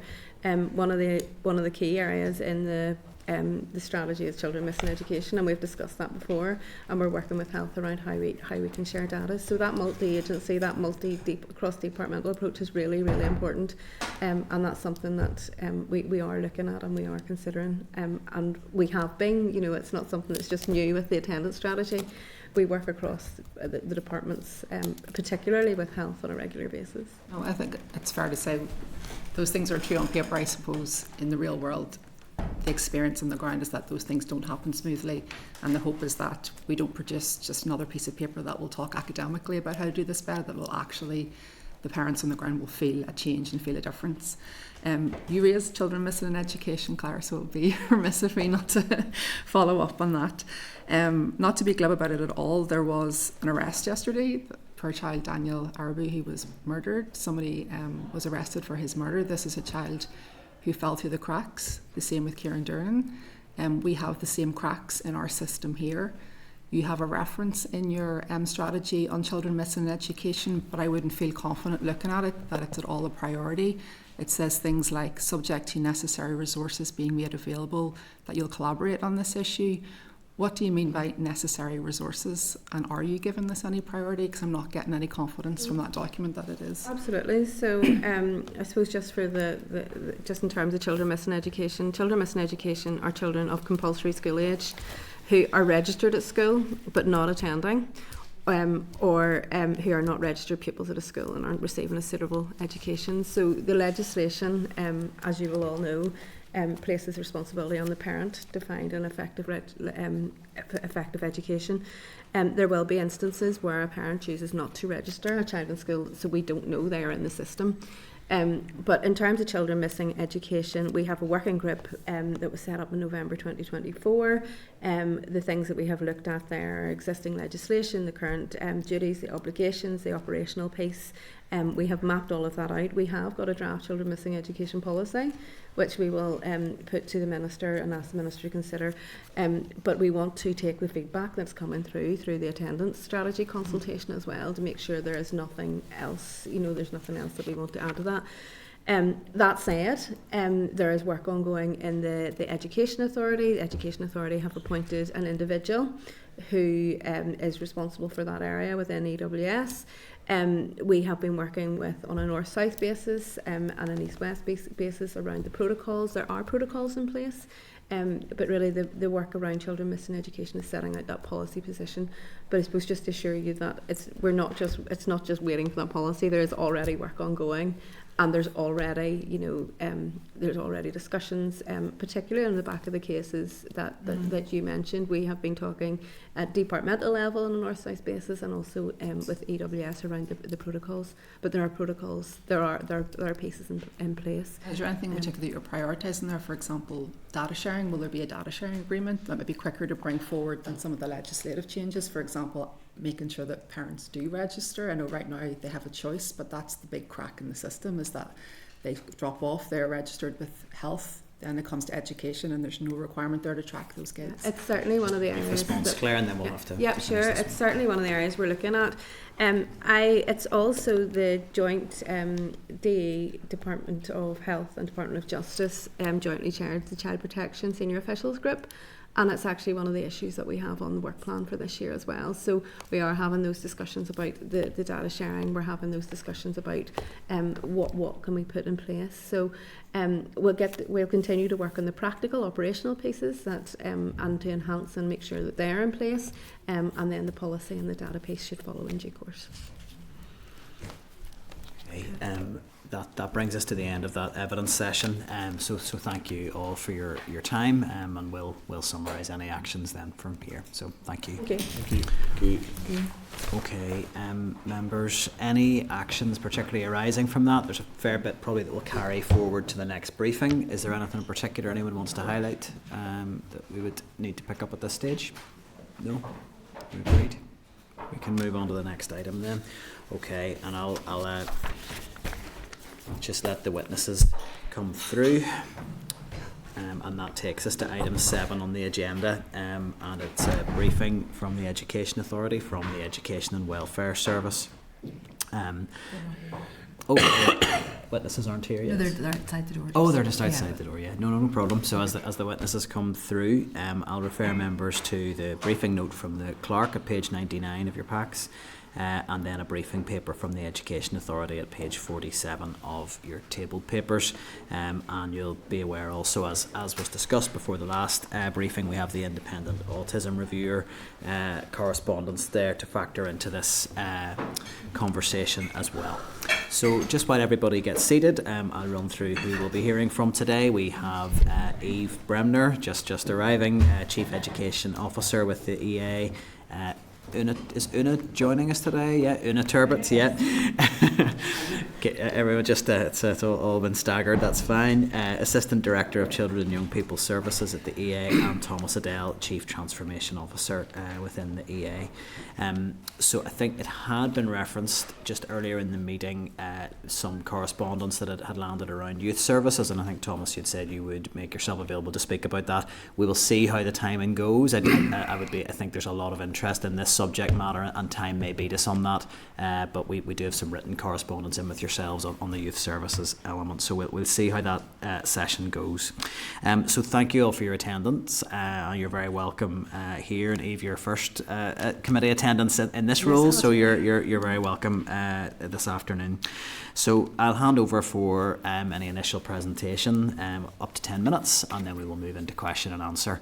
And I'll just flag, probably more for members than anybody else, we'll be sticking more rigidly to timings today, because we are now up against it on the clock. I think everybody was pushing it a bit on times there, myself included, so we'll be a little bit stricter on that, but I'll hand over to yourselves at this stage. Thanks, Chair, and members of the committee. If you don't mind, I'm going to make a couple of opening remarks, and I don't think I will need 10 minutes. You've got a detailed written briefing and would like to give time for questions, but there are a number of points that we thought would be helpful just to focus on and give you a bit of information on at the beginning. And what I would say is really at the heart of the briefing we provided you in advance, and what we'll speak about today is a really simple but fundamental message, and that's that every child and young person has the right to an education that enables them to thrive, and fundamentally that parents hold the primary responsibility for ensuring their child accesses that education. That being said, there's a collective role in terms of supporting that, and our specific role within the EA is to work with families to help them and support them in fulfilling that responsibility, and to work with our schools, who play a hugely important role as well, and others, ultimately to support parents where there are challenges with attendance. And also to say that only in the most exceptional circumstances, after all reasonable efforts have been exhausted, do we even consider pursuing formal action where we are concerned that a child's access to education remains at risk. The legal framework as it stands is clear. Under the Education and Libraries Order of 1986, parents must ensure their child receives an efficient and full-time education that's suitable to their age, ability, aptitude and any special educational needs. They're also responsible for securing their child's regular attendance, and within the legislation there are responsibilities of us in terms of the approach that we take and any requirement in terms of prosecutions. The duty, as it were, applies equally to all parents, and it exists fundamentally to protect all children. And so, it is troubling that there might be a suggestion that children with special educational needs should not be afforded the same protection. With that in mind, our approach is centred on the welfare of the child. Our Education and Welfare Service supports over 1,100 schools, so all schools, and works every day with families facing a wide range of challenges. And we receive, and I can speak more to this, but we receive about 3,000 referrals to that service in any given year. The starting point, I have to say, for that service is always about engagement with the family, with the schools, with the pupil. It's about understanding their circumstances and about early intervention, because fundamentally we want to have children in school. That's what's at heart here and what we're trying to achieve. Our education and welfare officers take a rights-based and a graduated approach. They will visit homes, they will mediate between families and schools, they will advocate for parents and pupils, and they'll coordinate with multi-agency and multidisciplinary partners. And I suppose I would, at this point, just like to pay tribute and convey my thanks and appreciation to the team of officers for the work that they do. Where children have special educational needs and we are concerned about attendance, we do recognise that there are obviously different and potentially additional pressures that families may face. We work really closely with parents, schools, educational psychologists, SENCOs, or health and social care colleagues in those cases to identify what are the right strategies. And as with all pupils, that can include a reconsideration of their current placement. The needs of the child are paramount, and when attendance difficulties arise, we consider the full context, the professional advice available to us, and any mitigating factors before taking further steps. And thankfully, the vast majority, I have to say, of attendance concerns that are referred to us are improved and resolved through this approach without any need for any legal or formal action. And so I want to be clear, prosecution is a last resort. It is used only when all other avenues have been exhausted, when engagement with parents has repeatedly failed or been refused, and when a child's education, we consider, remains at risk.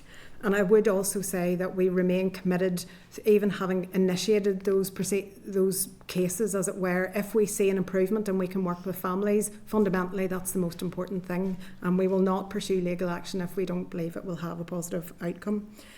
It's a measure, I have to say, directed at parental responsibility. It's not directed at the child, and it's subject to a rigorous internal decision-making process. We have internal court proceedings panels, and they will look at each case individually in detail. We'll consider welfare considerations, the parental cooperation, the evidence they may provide us in terms of their statutory defences, and the potential for alternatives. The number of prosecutions, as you'll know, has therefore reduced significantly in recent years and reflects, we believe, the effectiveness of that graduated trauma-informed approach. We also recognise that parents choose to withdraw their child from school or choose to electively home educate. That's a lawful choice, and we respect that right. But I would say we don't believe it's the only alternative available in those circumstances. As I said, we're committed to supporting children to attend school, and we will work with families to explore adjusted timetables, additional support, changes of placement or alternative placement and provision, and other tailored solution. Our aim is always to find a pathway that meets the child's needs and supports regular attendance and supports parents in their legal and moral responsibilities. The briefing today and provided in advance provides greater detail to this work, and I trust provides an insight and assurance of our approach. But that's not to say we don't recognise that there can't and shouldn't be room for improvement. We're committed to that. Some of the examples of that are already underway include we've launched a regional practice audit of our prosecution cases. That's to ensure that the processes that we use are robust, consistent and aligned with good practice.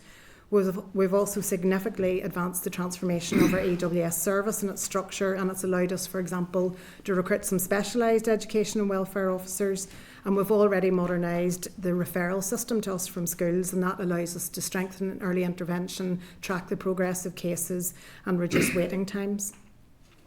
So, Chair, members, the EA's commitment is unwavering to act in the best interest of every child and young person and to support parents in their central role and to uphold the right to education fairly and consistently. We welcome, I have to say, the scrutiny. We are committed, if there are things we need to do better, to doing that. And I'm very happy to discuss this further and take any questions.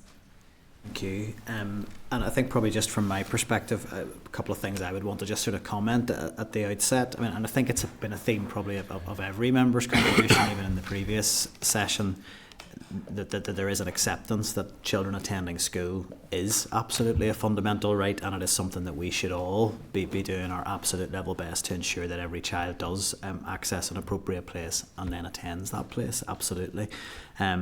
But I suppose to just reference your closing remarks, we understand prosecutions are, it's relatively low numbers, that it is a last resort, but that given the severity of the impact that can have on the individuals involved, it does warrant scrutiny. And I think that just there has been a degree of public interest in the matter, but I think it's important to set out at the outset we're here to discuss the general principles around the service and how that particular element of it functions, and I think there may well be wider questions beyond prosecution. I know that that's been the sort of the initial contact, but I think that there will be interest in the service and feeding on from some of the issues we discussed with the department previously. So look, I'll just with that sort of said, I'll pick up with a question really, I suppose, around how the service's effectiveness is monitored. So in terms of if the outcomes are about what's good for the child, so what's the data like that the EA holds in terms of when you go through that process? What does attendance look like on the other side of that? How is the child then supported after that, the family supported, and also the educational outcomes for that child on the other side of a prosecution? So what sort of data do you hold on that? And Chair, just so I'm clear, you're asking about that just in relation to the small number of prosecutions as opposed to the general yes, so it's really to help me intervention, understand. as it Yeah, were? well, I suppose if the purpose of a prosecution is to do something that's in the best interest of the child, I assume to get them attending school, what's the data like? I would just be keen to understand on what happens on the other side of that. So I'll maybe say a couple of opening remarks, and then I know you'll want to come in. Data is, I think it'd be fair to say can be challenging for us. A bit of insight I would give you though in terms of, I think we'd relayed to you that there were about 70, we received about 3,000 referrals, in a year. About 70 of those in the last 12 months initiated, as it were, got to the point where we felt legal action should be pursued. Now, if I look at that 70, of that, about a third of those as a result of that action initiating, because we were able then to engage more formidably, I have to say, with parents, the attendance improved, and so we were able to effectively withdraw those cases because the outcome that we'd received was what we wanted. About a third of the cases proceeded to court, and ultimately it's the court's determination, but in a third of those cases they determined that the parent ultimately had committed an offence, and about a third are still have not been concluded yet. So that gives you a bit of insight in terms of even the cases. If you look at about it in the last 12 over months, time, in terms of the data, we established this is a system that's been in place for a long time. Yes. So what's the data like in terms of when you prosecute a parent? What's the outcome on the other side for the child? Right.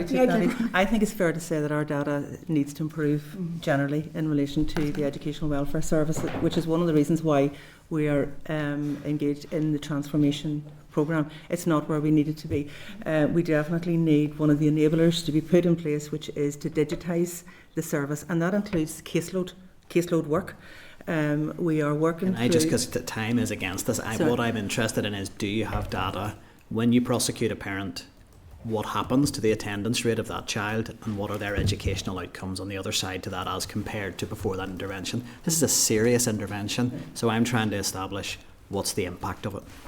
The data would be held at the team leader level, and I think it's fair to say we don't have regional data that we publish in relation to that, and that is something that we should do and will do as part of the transformation programme. Can I make it very clear? I think that is essential if we want to build confidence that this is an undertaking that we're content to put public money into, content to go through criminal proceedings, that we need to know that there's something on the other side of that we can stand over and say that's the outcome. And it's a positive one for the child. I think you're right, and I accept that in terms of some of our performance, management has become very focused on kind of output, if that makes sense, as opposed needing the reassurance around the outcome. I would say that there is another kind of lens in which to look at that through, and that's fundamentally that the legislation requires the prosecution. And if there's a view that, as a legislator or political representatives, that that's not an appropriate remedy, then that sits fundamentally as a legislative.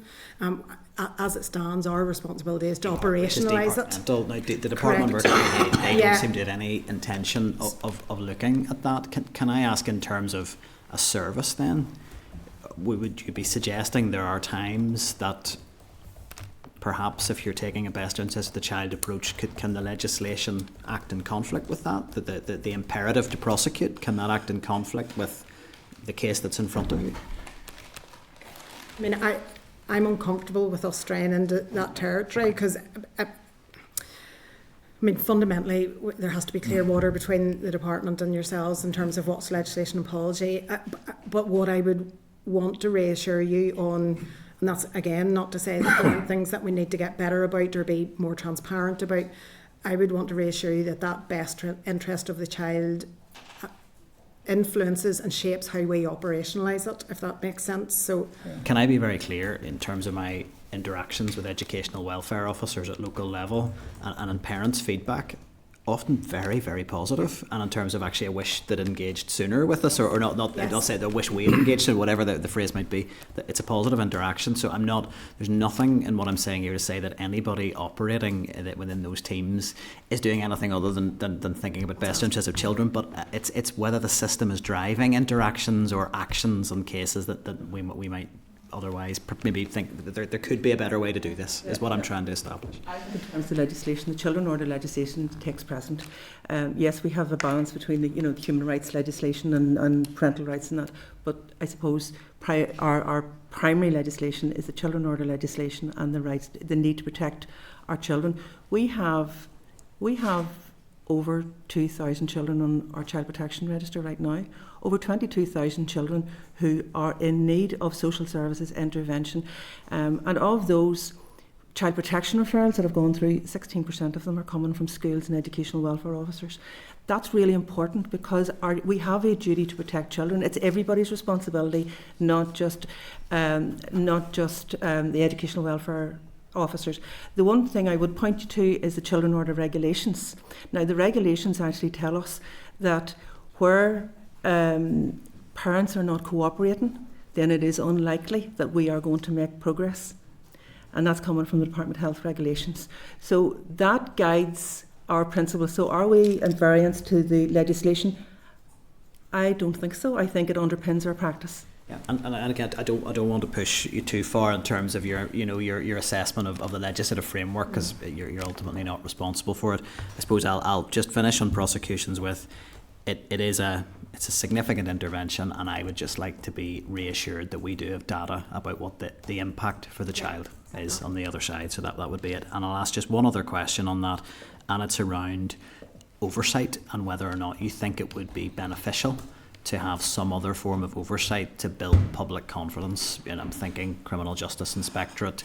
Is there something else that, because at the minute, and again, and I want to choose language really carefully, I'm not trying to suggest that anybody's trying to conceal, but just that the process it's very much an internalised EA process. Is there a need to get some structures of oversight over that to build public confidence? I mean, we discussed this, in preparations, vote of anticipation of that question today. It's not there, obviously, in terms of the legislative framework, but we would certainly welcome it. If fundamentally scrutiny brings about better practice, better outcomes, we welcome it. And they go for everything they do. We like being scrutinised because that's the only way we can improve. No, that's fine. I'll bring the Deputy Chair, and then if other members want to indicate. Thanks. I'm just wondering, can you clarify the qualification requirements for an education welfare officer? Do they have to be a qualified social worker, or what is the minimum requirement? I'm going to defer to you. Okay, currently it is, we recruit social workers for the grade of educational welfare officer. Previously it may have been a teacher or a youth worker, so we do have a couple of teachers and youth workers who have remained in our service. But all of our educational welfare officers are registered with the Northern Ireland Social Care Council. Yeah, and I'm just wondering, given that many of the attendance issues that are being dealt with are fairly complex social or mental health issues, and I'm just wondering, some of the category of people you have mentioned, would they have the necessary skills to deal with some of those complex problems? They're a very experienced staff, and collectively with the 124, I think they do share best practice. Now, that said, as part of the transformation programme, that's why we were keen to bring in specialist posts, and they don't have to be social work qualified. So they could come from mental health background, for example. We have one, I think, coming from a public health background, youth justice background. So what we've tried to do through the transformation programme is to bring a breadth of knowledge into the service. And And we do that, I suppose the Educational Welfare Service doesn't work in isolation. It's working very closely with our Educational Psychology Service, with the Wellbeing Service, and with others, so it doesn't sit in isolation. And the other services I think that we're really dependent on are our community multi-sector colleagues, because we work very closely through the family support hubs and through the Children and Young People Strategic Partnership, for example, to best understand and meet the needs of children and young people. So I suppose the message I'm saying is no service in isolation will meet the needs of our children. We have to collaborate, and our partnership approach is really what drives us, and certainly is part of our transformational agenda. And then I suppose in terms of the deployment of these officers, how does that work? Are they allocated to a school or a certain number of pupils, or how does it work? Yeah, as part of the transformation programme, we looked at the structure, both the practice structure, the administration structure and the management structure. So we've aligned ourselves along the Health and Social Care Trust alignment. So we have 5 teams, and the rationale behind that is because we work so closely with social services and others, that it makes partnership development and relationships easier. So, for example, we will have a team who will work with schools in the Belfast Trust area. We'll have another one with the South Eastern Trust, Western Trust, and so on. And they work as part of a team, so they're not. They can't. We cannot say, there's 3 EWOs and they're going to work in a particular area. We need to look at where the demand is, where the need is. Okay. And you're coming on to my next question, okay. Because clearly there's a relationship between disadvantage and lower school attendances, and therefore are the officers being deployed where they're most needed? Is it on the basis of objective need rather than just, there's, let's say for argument's sake, 25 in the Belfast Trust, 25 in the Southern Trust, or whatever the number is? Happy for me to take it. There's a triage process put in place. So when referrals come through, when those 3,000 referrals come in, they are scrutinised by the now called assistant heads of service and their team leaders, and they're allocated accordingly. So there is a prioritisation there. But we also have other data. For example, the deprivation indices, and we also know where the schools are with the poorest attendance or where they're having challenges, so that we can target interventions at those particular schools. And I have to say, we're still in early days. We had Action Short of Strike for 2 years, so this transformation programme is in year 1, but the direction of travel, I think, is the right one. Okay. Thanks for that. Thanks, Chair. Thank you, Deputy Chair. Cathy, you're next. Thanks, Chair. Eve, in your opening presentation, you mentioned quite a few times about the duty on parents.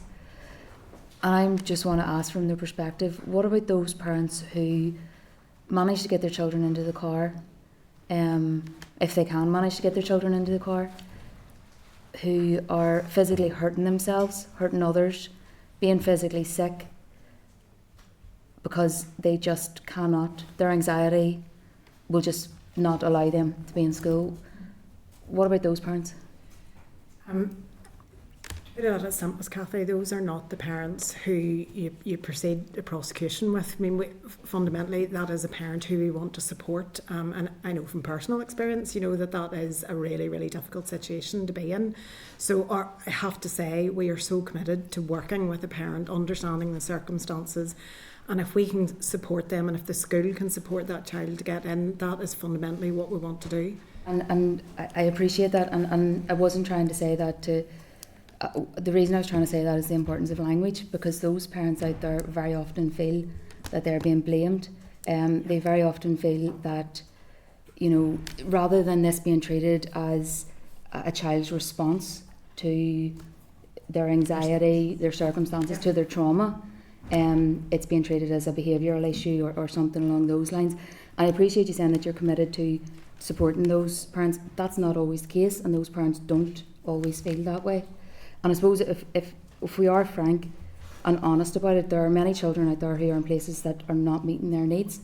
Would you agree with that is creating or adding to this problem, that schools cannot and are not able to meet the needs of some of these children, and that's adding to this? Well, I suppose first of all, what I would say is if there are parents out there or you're finding parents who don't feel that is their experience with us, I would want to know if that makes sense, because that is what we want to achieve. We want a parent to feel supported, and we want the school to feel supported in terms of working them first and foremost. So if we haven't got that right, and I would want to know. So I'm not trying to overlay that with the great work that is done. It's just if there's things we need to do better, we could. In terms of placements, and I presume you're particularly talking about children who are placed, as it were, in terms of having a statement of special educational need. I sort of don't want to steal your space in terms of speaking about it. But again, it's back to the point of we don't look, this is not a pure, a child is not attending, therefore we jump to a process of prosecution. If a child is not attending and a school, a parent has, not been able to address it, if the school feels that they need additional support, and all those things will have happened first, then it's about coming to us to say what more or what can we do differently to support that child, and that's accepting that there may be limitations, and part of that will include looking at their placement and the support that they get and the suitability of that. Do you want to? I mean, the very same thing on support for children with a statement of SEN or SEN in wider SEN. Do we have a support offer that meets the needs of the children as well as it could? The simple answer is no. I mean, and I've said it every time I've been here, we need to transform the support delivered to children with statement of SEN. That includes the whole spectrum. That will help with attendance, that will help with the child feeling or finding it easier to attend school. There's no discussion about that. That's a big piece of work we're talking about next week, I think, because that's absolutely, we're the first one to admit that we're not doing as good as we could do. We can improve massively. And just in terms of those supports, so exceptional teaching arrangements, what I'm hearing is that it's potluck on whether your child can access them or not access them. And it varies from school to school. It varies within schools. Some teachers are happy to give work home. Other teachers can't or won't or whatever that may be. And I've heard that some children, in some instances, stage 2 CAMs are being accepted, and in some instances they're not. Where is the line here, or how is this being allocated? You're referring about our ETA service, and I'm going to bring in, because I suppose there's a difference between some of the measures that a school would take to try and facilitate a child's continued learning versus, I suppose, moving to potentially an alternative or a short-term placement with our ETA or EOTAS. So you're, see, these are big areas, but I'm asking you to try and answer briefly, and I know that's difficult. It is. I suppose I take your point. The level of children's anxiety and the number of children that are experiencing anxiety is escalating. And the reason why we know that, I suppose, from the Hope Counselling contract, for example, that is available to all our post-primary children, we are able to get data from that, and very useful data. Anxiety is the top reason why our children attend the Hope Counselling service, and we have in 1 year over 40,000 counselling sessions provided to post-primary children. Family dynamics is the second one. What's happening at the home is another one. Anger, bereavement, behaviour. There's a range of issues, but the emotional well-being of our children, and I probably, in terms, we do put it under the umbrella of emotionally based school avoidance. There's so many reasons why children are avoiding school and unable to attend school and being anxious. Our job is not necessarily to go in with one fix. We need to understand that from the child's point of view. We need to understand what is making them anxious, how do we understand it, how do we support parents to better understand it, and work together in order to encourage the child to go by, to be able to attend school for even part of the time, and then build that up. So that's what we're trying to do. The Being Well, Doing Well programme is a whole school approach that we are taking to improving and trying to support our pastoral care teachers and the schools to deal with this issue. It's difficult. And then we are also working at another level with schools who are coming onto our programme to enhance their understanding of trauma-informed practice and all of that. I appreciate we're under time. But I think what we are saying is, I would say to any parent, I think as Eve has said, if you're in this situation, work with us. Come to us, ask for help. Don't be afraid to ask for help. We're not going to take you to court. If you're prepared to work with us, we want to take a trauma-informed approach to this. We want to get you the right service. It might be the educational welfare service. It might be another service completely. But talk to us and talk to your pastoral carer. Talk to your school. I know I'm still not clear on the exceptional teaching arrangements. Okay. Yeah. ETA, exceptional teaching. You've probably you've mixed maybe two things up with respect. The first one is what schools do. So schools, if a child is registered with them, are encouraged to send work home to a child who is still registered with their school. Exceptional that's not always happening, and that's the case. It's kind of potluck, and schools understandably are under pressure, and teachers are under pressure. So it's what should they do? What's the guidance that schools should have? What support do schools get to do this? Because, like I say, it is potluck at the minute. I think that is something. That's something that will pick up, and along with other management authorities and sectoral bodies as well. And I think possibly in terms of actions at the end of the session, I think maybe something to follow up in detail in writing on that, because I think we all hear that from parents coming through. Okay. The education authorities, ETA, is for children with medical needs. It should be short term, and it's 4.5 hours per week maximum. So it's not an alternative to school. It's a support whilst the child is sick or ill, and that includes mental health issues. Unfortunately, can be prolonged, but that's a different service. John, you'd indicated next. Yes, thank you. That was really useful. Prosecution. You state repeatedly that prosecution is a last resort. Now, I was asking the preceding witnesses about some concerns I have just about how objective decision making is and transparent. I want to couch it, I'm not anti-prosecution. Where it's correct, we should be doing that, because parents clearly have a legal, ethical, and moral duty. I think there's real safeguarding risks if we're not actually making sure children are at school and their future. But just explain to me the definition of last resort. Is that set out in one transparent guidance with objective factors? So again, when you start to look at your service, as it were, through the lens of new chief officers and through the lens of transformation, that for me is a gap in terms of I'm assured that we are doing that work and we are applying those processes, even if it isn't legislatively required of us. But I don't think that we have captured that somewhere that is transparent. If you would allow us, what I would like Una to do is articulate what we do, and then one of the commitments I would give you from here is that we will. Well, we'll assure ourselves that that is appropriate, but we'll also capture that in a single either procedure or policy, and we'll need to work with the department in terms of that. But I think we all set ourselves the commitment we'd like to have that in place for the new academic year. So you're new, but the organisation isn't, and prosecutions are not. No. The Butler Act goes back to what, 1944? Yeah. It's 2026. Yeah, and 86 You're telling for me this we're going to get the particular. document now that says objectively what a last resort is?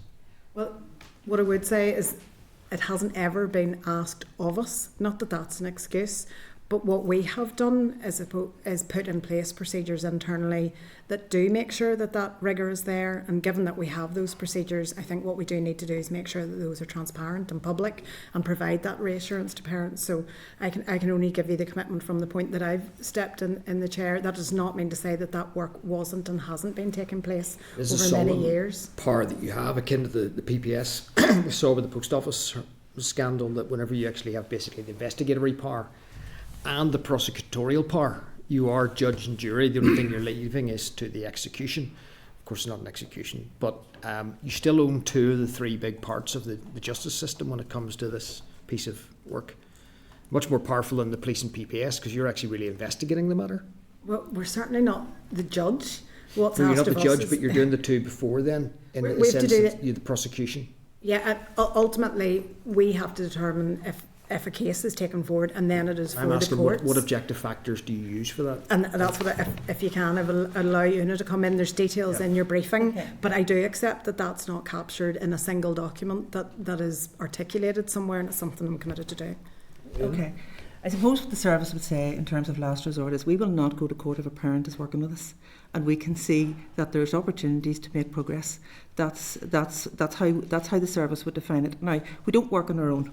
As I said, we work in partnership, so we have a duty to consult social services. So if we're going to court or considering going to court, we will talk to our social work colleagues in the trusts.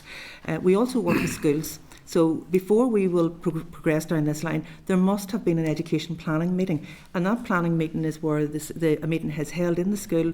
The parents are invited to attend that meeting.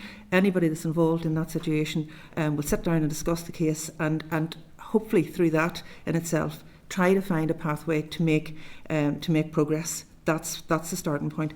If that doesn't work, then it will go to court proceedings panels that's held in each of the five teams, and that's chaired by a senior officer within EA. They will look for evidence, and it will be the attendance. How much, what's the school attendance been like? What efforts have been made in order to improve the attendance? What's the level of progress? What is the parental response to it? And what's the parental capacity in order to make change? And that can be difficult when parents are suffering themselves from mental health issues or domestic violence or addictions or other things. And the views of the school and the parents and the young person, age appropriately, will be taken into consideration. So we look at the evidence, we look at the stage of casework, we look at the expressed concerns, and we look also at the statutory defences. They are required to look at the statutory defences and decide whether or not one of those applies. We also then look at the level, and I think when it talks about last resort, one of the key things for us here is the extent of the parental engagement with the service. So it is about have we initiated an action plan that the parent has agreed to? Have they been able to adhere to it? If not, why not? What do we need to do about it? And can we do something differently? We look at medical advice, medical information coming through. We look for reasonable efforts. There is an issue of time. I get that. In terms of the consistency of that, I mean, there's different people involved in this decision making, and then people change rules. How do we make sure it's consistent if there's not a written down objective factors that you... That's all recorded. So each child is considered separately at the panel. There's a record kept of that, and it's kept in, then it's recorded in the child's file. I think we're trying to balance. There is a balance to be had here in delay. So you could equally be, I suppose, challenged in the service in creating delay because we are being as rigorous as we are, and we know that every day that the child is out of school is having a negative impact. So, if you look to some of the work that has been done on the impact of a child not receiving their education on their short-term and long-term health outcomes. Here I'm sold, and I would like to see potentially more prosecutions if they're just final comment. Yeah, just final. On the interest of time. It's making sure that they're right and they're fair. Yeah, I agree. And look, it's a major issue if parents aren't doing it deliberately, Absolutely. exercising parental responsibility. It's a form of neglect. And there is some cases, I know some politicians don't like to address it, but there are some parents who do neglect their children. Absolutely. Of course, I've seen it. Just so one final question. The court panels consider We're going to have time for a full answer, but if you want to put it on the record, and we can follow it up in writing if we need to. Just read the pack. Your court panels consider the extent and quality of parental cooperation, but the data looks at EA interventions as opposed to parental behaviour. What? Look, in terms of, we'd need to go back into the records, which is why we're carrying out an audit, a practice audit. And what we've asked the auditor to do is to actually look for hard evidence in relation to the engagement with parents. What was the level of change that they were being asked to? We need to empower them as well, and are they willing to work with us? So that's the purpose of having the audit, so that we can be much more definitive from our experience over the last year as to what are the factors that have demonstrated that parents are cooperating and what are the factors that are demonstrating that they're not. And we use that information then, and we'll share that audit report with you so that we can... Good, just my final observation is all of this should be transparent and published. I agree. Yeah, I agree. No, I parents know the benchmark and the yardsticks, and it's consistently and fairly enforced. And actually might create a better deterrent. No, I think that's I have to draw a line there, John. Thanks. Okay, Dana, you were next. I'm just going to emphasise to the members a lot of questions coming in, and then a big final ticket questions coming in. As I'm about to say, that's your time up. So we really do need to be, if you've got really big issues you want to get raised, just get to them quickly so that we can hear the evidence on it. Danny, you were next. Thank you, Chair. Thank you.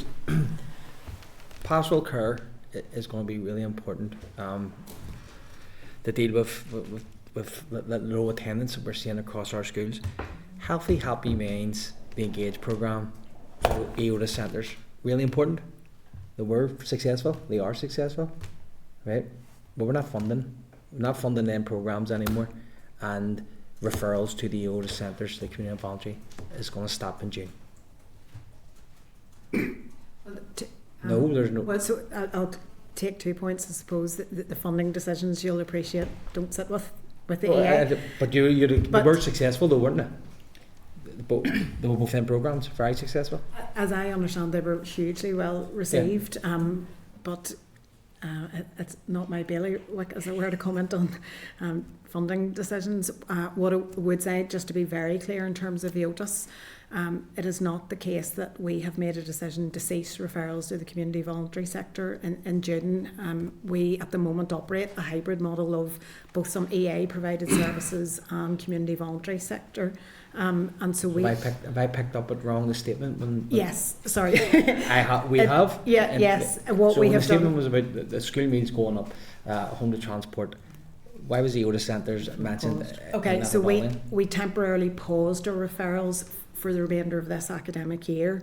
And that really was down, that's not an easy decision to make. It was only done with an assurance that we could still meet the need, as it were, through our existing provision.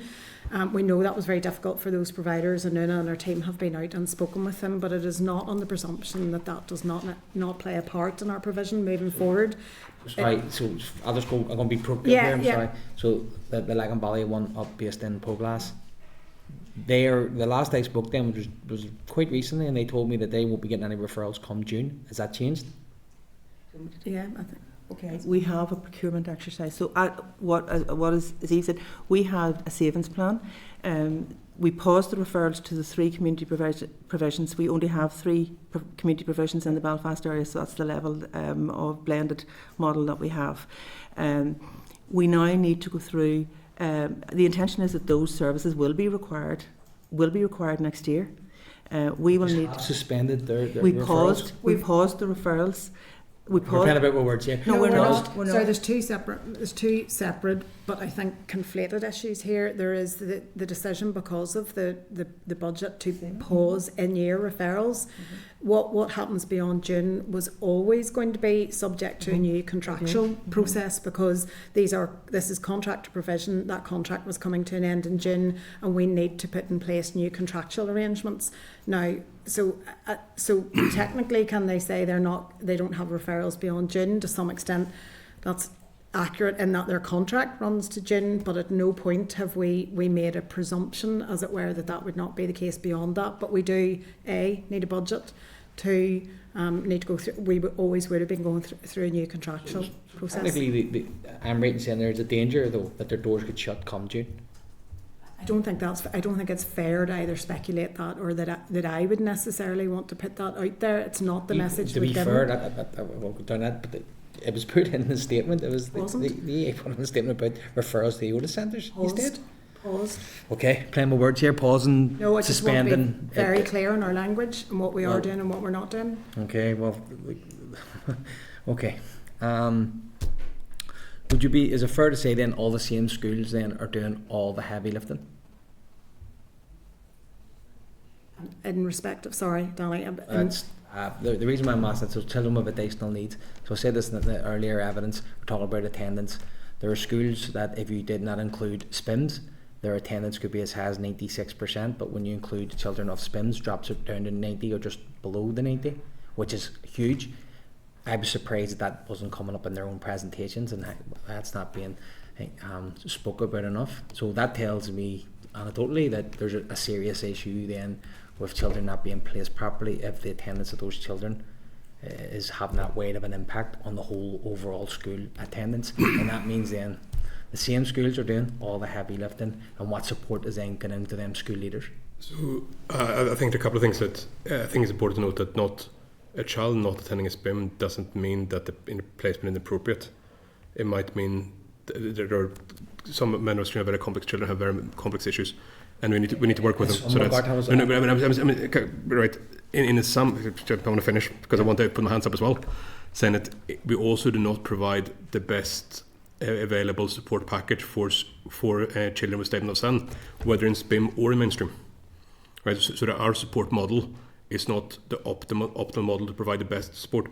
If we had a better support model, which we'll talk about more next week, we will be able to support children in SPIMs better than we are now.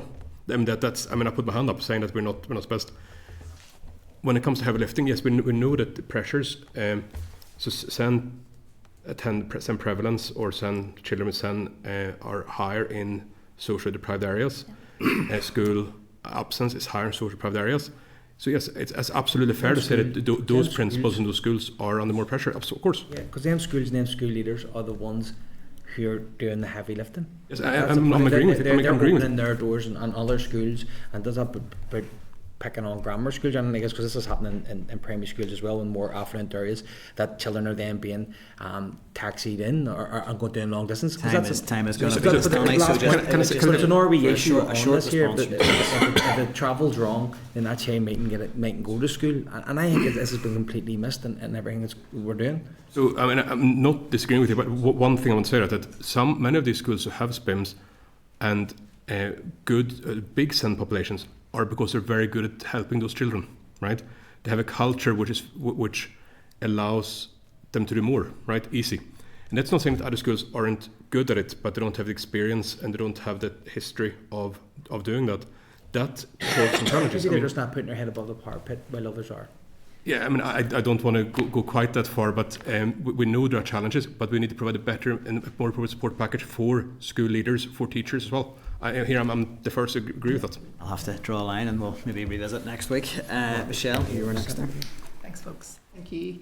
We've covered a lot of ground already, and there's so many different things to ask you guys when you're here. I think the first thing I want to do is we've talked a lot about attendance, the reasons for attendance, we've gone into prosecutions. I just have to note that I got an email today from a parent whose child is not attending, and it absolutely floored me. Their experience, how horrendous it is for the child, how horrendous it is for the parent. They had to come out of work, and they've other examples of parents who are having to leave their work as well to kind of manage their child. So these are really, really difficult and challenging situations, I think, in particular in the context of talking about prosecutions. We can't lose sight that what we're talking about here is actually really complex and really sensitive for a lot of the families.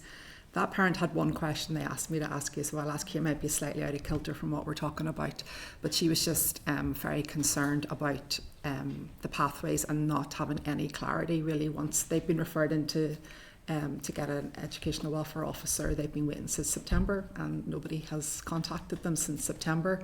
I know there's waiting lists and there's pressure, but can you give some hope that this is going to improve for parents like that? And what does that parent do now to get their child the help that they need? I'm going to say a couple of things, and then I know you'll want to speak to it. The level, the volume.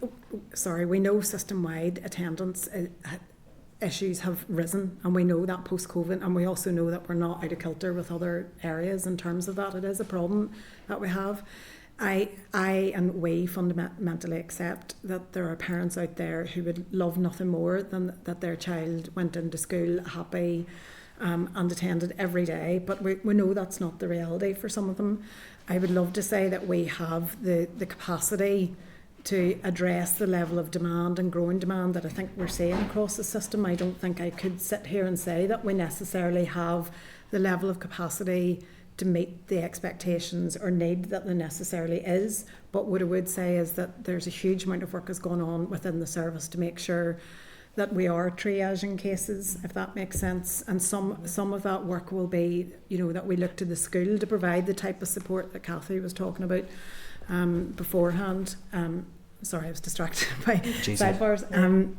And then I think in terms of the education, one, let us know the individual case and we'll look at it. But that educational welfare officer will be able to speak to that parent about the options open to them in the current situation with the school and provide support. They will want to work with that parent. Yeah. in It's not happening for them at the minute. You know, it isn't. And I guess then I would want maybe just move on then to, we've talked about prosecutions and the level.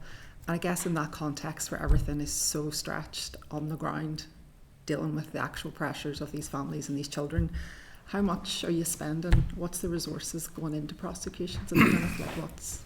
You said it's a small amount, but like how much is that? What is I don't have that information, but happy to get it and revert to you. I suppose that, if I may, I am going to lay a bit of a challenge back. I mean, fundamentally, if as a society or culturally we don't want to prosecute for this, and you tell us not to prosecute, you know, it's our job to operationalise the legislation. Just to be clear, I haven't said that. No, but I'm just saying... just when you're responding to me, I have not said there should be no prosecutions. I just want to make that really clear. But in terms of a decision about, you know, how much we spend on it and whether we do, to some extent that's taken out of our hands. It's an obvious question though today, that what you're spending on it. I think I would have expected perhaps that you would know how much you're spending on prosecutions when we're talking about a session here on prosecutions. I don't think that's it.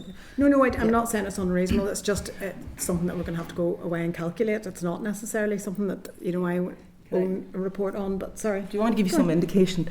Basically, and the spend is within our core service. So whilst we're doing work on prosecutions, whilst we're having these court panels, that's taken us away from the work that maybe we would like to be doing, which is the preventative and early intervention work which we know works. So in terms of financial investment, there is no additional financial investment or budget around the court panels. It comes from our core business. So it's time. It's the time of the seniors, it's the time of the staff member to write a report, come and present it. It's the time of others to come and listen to it and to make that decision-making process. So it's time resource. You mentioned the audit, the regional practice audit. Who's carrying that out for you? That's been carried out by a member of our Child Protection Support Service, so it's not a member of the Educational Welfare Service. So it's somebody who's knowledge of it, who understands it. They'd be independent of it? They're independent of the service, but they are an employee of EA. And I absolutely can give you an assurance. Our Child Protection Support Service is an excellent service. They are very highly experienced and very credible, and schools are, you know, constantly commending them. I'm very confident in the person that has agreed to do this this work. We have terms of reference. It's very clear, and I think we will learn from this audit. Question's not a big one of time. Yeah, it would be just a brief final question and brief response, and we'll move on.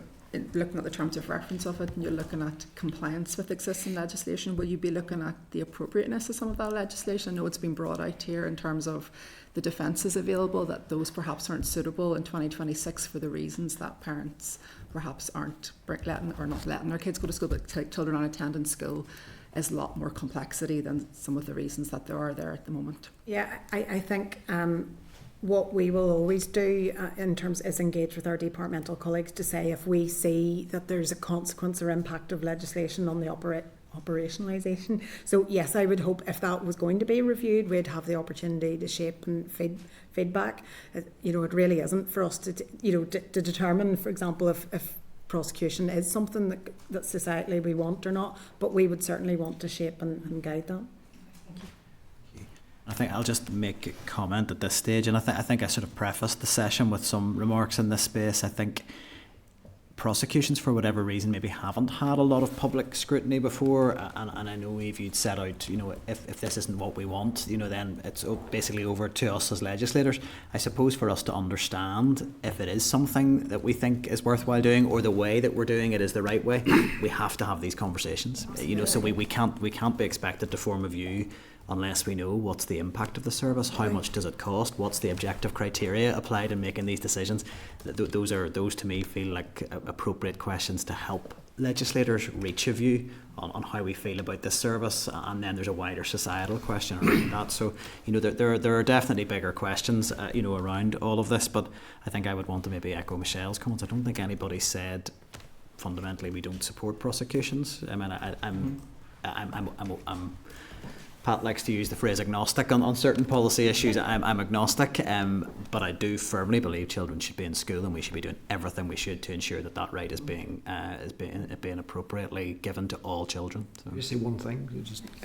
One, I think all of the anxiety-related stuff. I do think phones are a big issue that we should need to deal with. But second of all, please, thank you for the work you do. I don't want you to think the questions I ask, I'm not supportive of prosecutions. And at times, I think they are very, very vital, because the impact on our children, if there are neglectful parents, and there are some, we need to protect the children from neglectful parents. And there are some neglectful parents. There are also parents who have very difficult challenges because of special education needs, but we do need to make sure those parents who are deliberately, willfully neglectful are dealt with.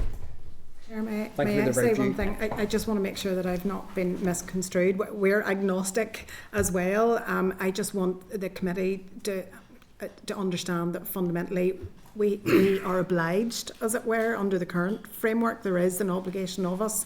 I think it's absolutely right that there's transparency in terms of how we reach that decision. I think it's absolutely right that we have transparency not just upon the approach but the impact and either benefit or not of it to inform that decision. So I just want to make sure that I haven't been misconstrued in terms of the challenges. Understood. And look, appreciate these are sensitive issues because the prosecution is it's a scary word. Yeah. But ultimately, I think we need to just ensure the conversations are focused on is what we're doing in this space, helping children to attend school and get the best outcomes when they're in that school. And that to me is where we should all be focused. Danny, you were really keen to come in on something on saying, and I am going to be really it's a brief. point of clarity, just because we were going back and forth on the word suspension and pause. Look, I just pulled your statement up on the 5th of the 11th, 2025. Suspending referrals to external contractor providers, EOTAS, Centre Services. That's the EA statement. User samples. And sorry, it was the conflation, of that continuing, as it were, necessarily to June or not beyond that. I would just want to be very clear they're not connected. So I'll not go back into the thing of it, but okay. It wasn't a pause, it was suspensions. David, you've waited patiently. I'll bring you. Thanks very much. I'm probably happy to share. I probably only have one question because a lot of the reassurance that I was probably seeking was Kathy actually touched on in terms of those families that have difficulties not being subject to those prosecutions where that's genuine and so on. Prosecutions, I have to say, I'm not particularly agnostic to. I think it's not a nice thing. Social service interventions in families where required is not a nice thing. Nobody wants to see it, but sometimes it's required. And I share what John has said, that there's a parental responsibility, and unfortunately, in life there are some parents that don't uphold their responsibilities, and that has to be dealt with at the very extremities of our system. And that's unfortunate, but the door should always remain open to that, I believe. So just to put that on record, one more comment would just be to say, Danny was talking about healthy, happy minds and so on. I don't think anybody around the table has argued that that wasn't a successful programme or that it wasn't beneficial. It came with funding that was given for a particular reason from Westminster. That funding was removed, and we all know the pressures that the Department of Education and our executive are facing.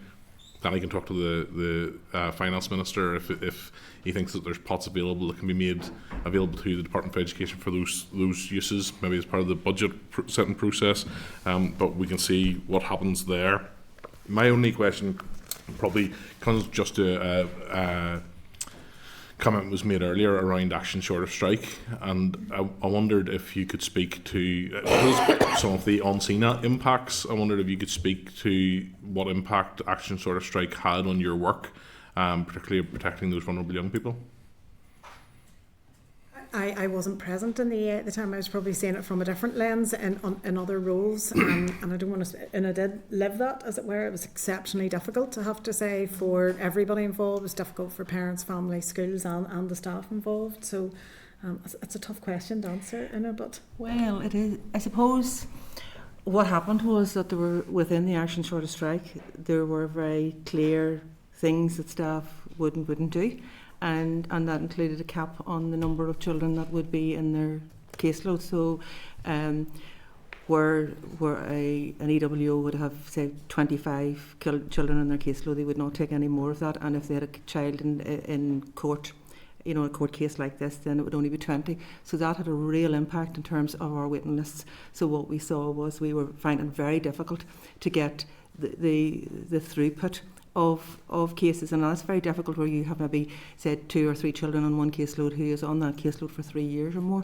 It means that the capacity was really, really reduced, and that created a backlog, which we are working very hard and have worked very hard over the summer, and I have to commend the team now because we've resolved it. We have a complete change in job description. We have an emphasis now on prevention, early intervention work rather than one-to-one referrals. So the way that they're working, I think they're, the staff are excited about it. Morale is better. I'm not saying it's perfect yet, but where we were and where we are now is two different places. There's an excitement, there's an enthusiasm. People want to work through a trauma-informed lens. They want to work at whole school level rather than individual children level, albeit that I acknowledge that there are individual children who absolutely need one-to-one, that support. And I do come back to you and say that there are times whenever, we get notice that a child has slipped through, maybe that triage hasn't worked for them. And we will look at that situation again, so send that through to us. We're out the other side, I would say, and I think it's a win-win situation. So you're confident then whatever impacts it was having, lamentables that may have been, you're confident that has been largely caught up by now? I think the transformation will, we're year one of the transformation, so we're part of the, we're building our service again. I think we're probably going to see that the real impact, year 2, year 3. But we're in a much better place. Well, we can keep watching brief on that. Thank you very much. Thank you, Chair. Thank you, David. Okay, not got any other indications, so that's the end of the evidence session. I think in terms of opportunities to discuss youth services, we probably are up against it in terms of time, but I think we'll follow up with communication on that. Look, thank you for your time. I know that these issues are difficult, and I think it is important we all just keep the focus that we all should be pushing towards ensuring children are in school and thriving in school, and that's the aim. Okay, thank you all for your time. Thanks very much. Thank you, really good. Thank you. So, just in terms of finishing this agenda item up, are there any particular items for written follow-up or anything else that any members want to note? Yeah, Dana, you were looking at it. Yeah, I'm struggling to see what the point was of an original statement talking about suspending referrals to the oldest centres, which I know had a massive impact because it's in my community. If it's to do with procurement after juniors, no mention of dates or anything in it, so that sort of didn't make any sense to me, to be honest. And then just follow the reason why I was mentioning those programs is just how successful and helping young people at that stage, particularly in primary school. And look, ministers do have budgets, we all know that there, and they can prioritise, like Transform Aid. I know they said it was only a drop in the ocean, £13 million so far spent. How much more kids could we help through Happy Meals instead of Transform Aid? I suppose that's an example rather than blaming the finance minister for everything. In terms of the UTIS referrals, I mean, I think there was clearly a point of maybe confusion or uncertainty around pausing, suspending, and what happens the other side of June. So, I mean, I would certainly be content to propose that we seek written clarity on that, just to get that very clearly and to understand exactly where that sits if members are agreed. And just for information, Chair, the Education Minister's getting an extra 214 million. Well, that comes out of that 400 million from Westminster. Kathy?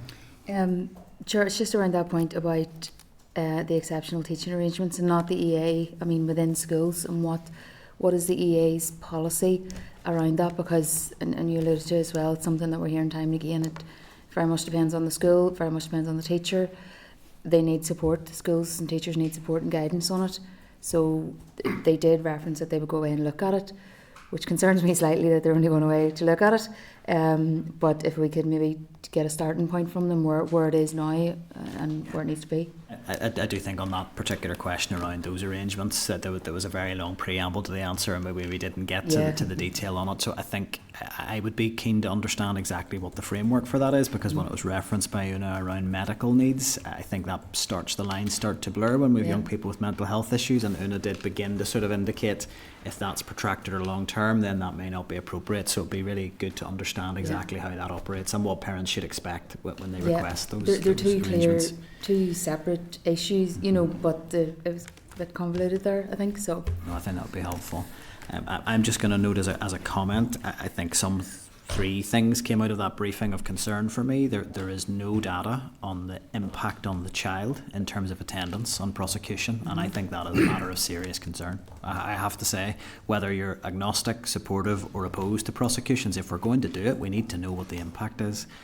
I think John's point that there is no objective criteria that we can observe in terms of how decisions around last resort are taken with a prosecution, and then to Michelle's question around costs, that for 70 prosecutions we don't have costings of how much that costs the EA.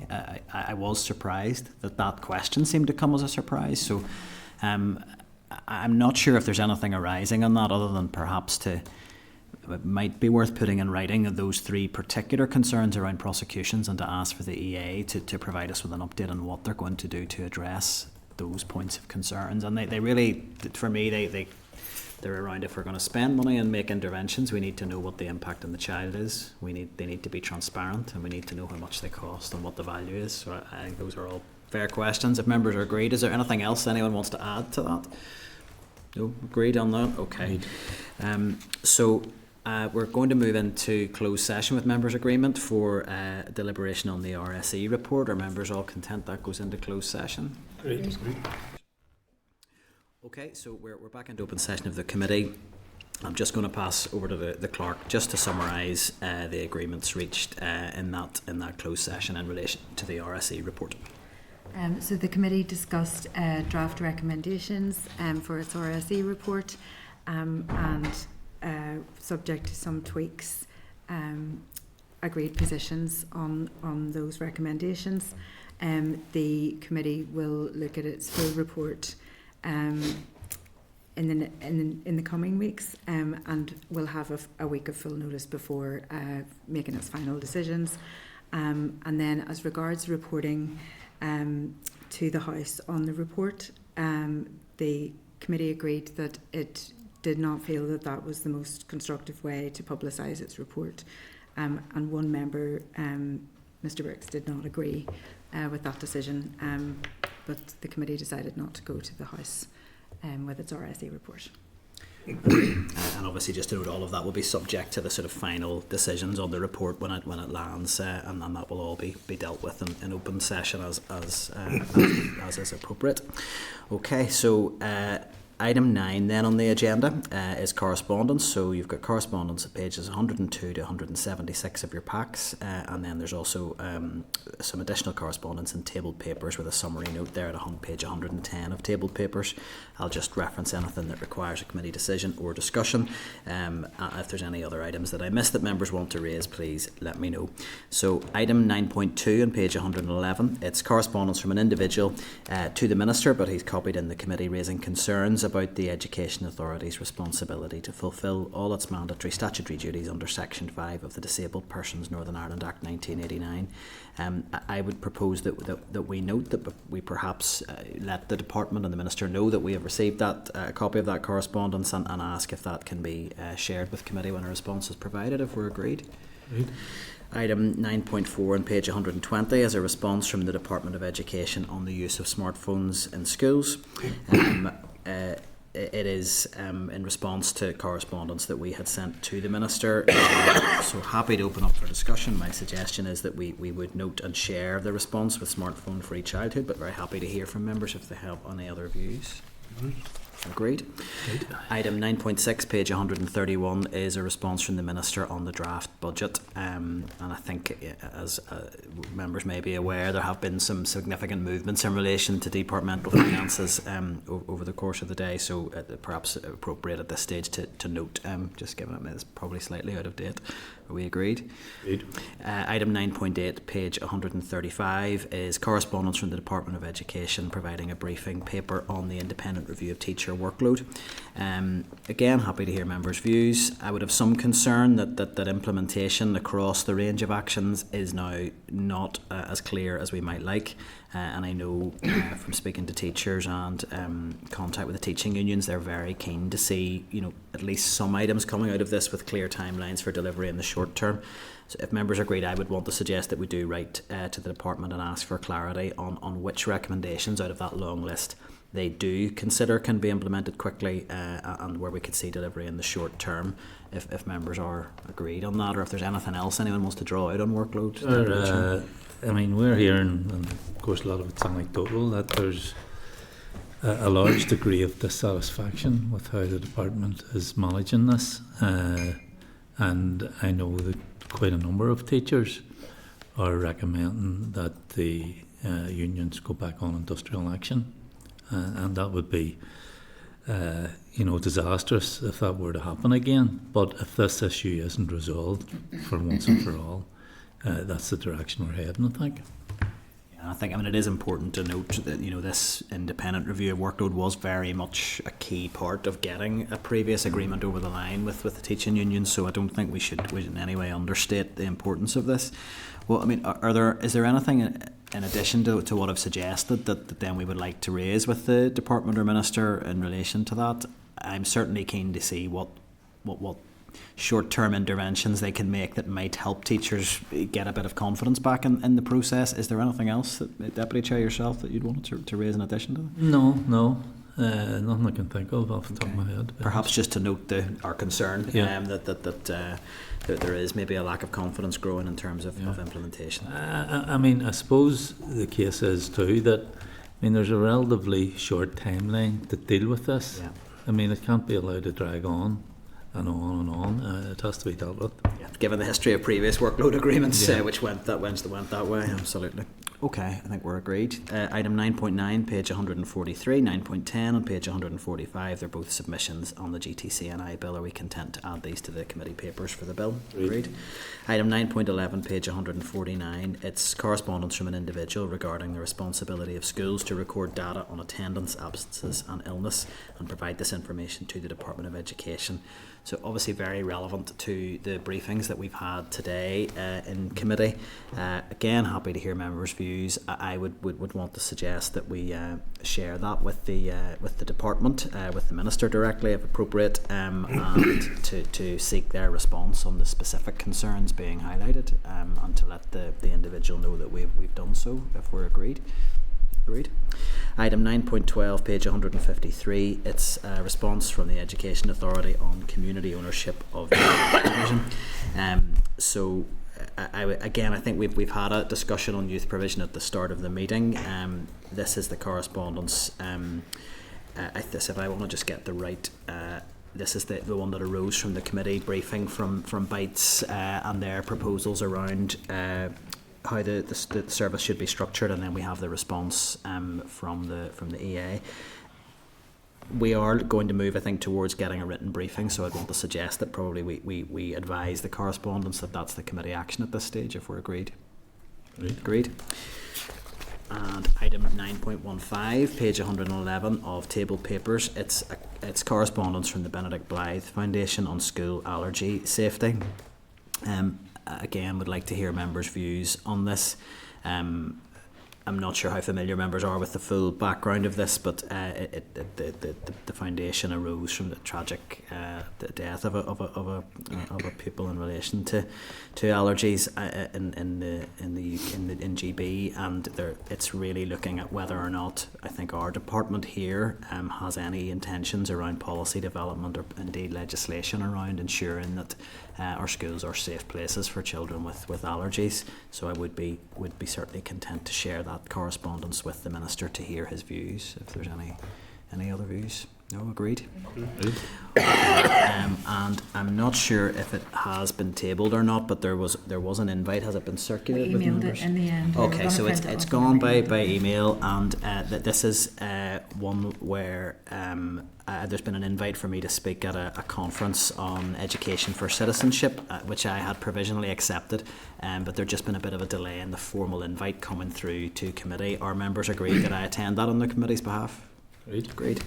Other than that, are members content to dispose of the correspondence as per the summary note in your tabled papers? Great. Item 10 is forward work programme, so that's at page 178 of tabled papers. So I'll maybe just invite the clerk to speak to that in the first instance, and then if we do need to have a little think around anything that perhaps needs to move, if we are looking for a briefing from Youth Services. But I'll pass over to yourself. So we had filled up almost until recess, and we'd done some provisional work on timetabling the two private members' bills, which we're anticipating in March. The chair and I were having a discussion about what might move, and we've got a briefing on restrictive practices, which has been kind of long anticipated. First of all from Nikki and CLC, and then a couple of weeks later from the department. So potentially we could ask the department if they got something new to say on that date, and if not, take the youth services on that date. But we kind of are quite full up. Like already Jim has been approaching you to see when we can have the committee bill legislative items. You know, there's a raised paper already, and legal services advice on the committee bill, so we want to schedule that too. The consultation finishes next week, does it, or this week? Next week, I think it's the 20th, isn't it, Mark? Sorry, I put you on the spot. I think it's the 20th, Deputy Chair. And then and we so were we know definitely many consultations. Many have contributed. 3297. Sorry? 3297. 3297, yeah. So we were, I mean, our engagement colleagues have been pushing out lots of videos from the chair and socials and things like that to promote it. And there has, I mean, I actually got a screenshot that showed that like thousands and thousands of people had liked, you know, an image of it, but not actually gone and done the survey. So it is reflective of a lot of social media. Just you know what I mean? People just only engage for a second and then social media like signals. But they're happening. Yeah, people obviously have replied as well. But yeah, so if you want to keep the momentum behind the committee bill, we'd need to schedule those couple of items and then move to drafting instructions. So what are the next steps then after the consultation closes? So you look at the consultation responses, the legislative competence advice, which is ready to whenever we get a chance to hear it, the RAISE report, which will probably just give you some more background on alternative approaches in other jurisdictions, good practice, all of that, and then you'll set out what you want to be drafted, so how you're going to achieve the aim of enabling all pupils. And what sort of timeline are we talking about for that before we get to the drafting stage? So I need the bill office to probably just pin down how long their service standards are to instruct a drafter. But you know, if we didn't have very many iterations, because it is a single objective bill, then you know it should be kind of in a 6 to 8 week period, I would have thought. Well, I mean, my private member's bill was turned around in a fortnight and had the second draft. It was in the Christmas period, but in total 2 drafts were done within 4 weeks. You know, so given that it's going to be a very short bill, I see no reason. I mean, the policy intent is very clear. I can't see how there would be any misunderstanding or ambiguity around the policy intent. You know. I was going to suggest, would it be helpful even for next week if we could get something from the bill office to provide their best estimate of time scale, so once the consultation closes, what our steps could be to move to drafting. I think that would be helpful if we could get that from the bill office. Just see, do we have to wait until the consultation closes before we get like the RAISE research and the legal? It's actually ready, but because we're only doing 2 briefings a week, it's just finding the time. So Jim has been contacting you all to see if you've got an additional slot in your diaries for that. Okay. But those things together will, you know, give you the meat for the actual drafting instructions. So you know what the outcome is that you want, and it's just working out the rudiments of, you know, how do you want this to be implemented and enforced, and what, you know, are there any circumstances in which you think it's not enforced? So if we can get dates agreed for those additional meetings, really at the point consultations closing, we could have had that legal advice and the RAISE material dealt with, so it would really be moving to the next step very quickly then. So. Is Tuesday still the best day for everybody really for additional? Yeah, okay, we'll just get it done.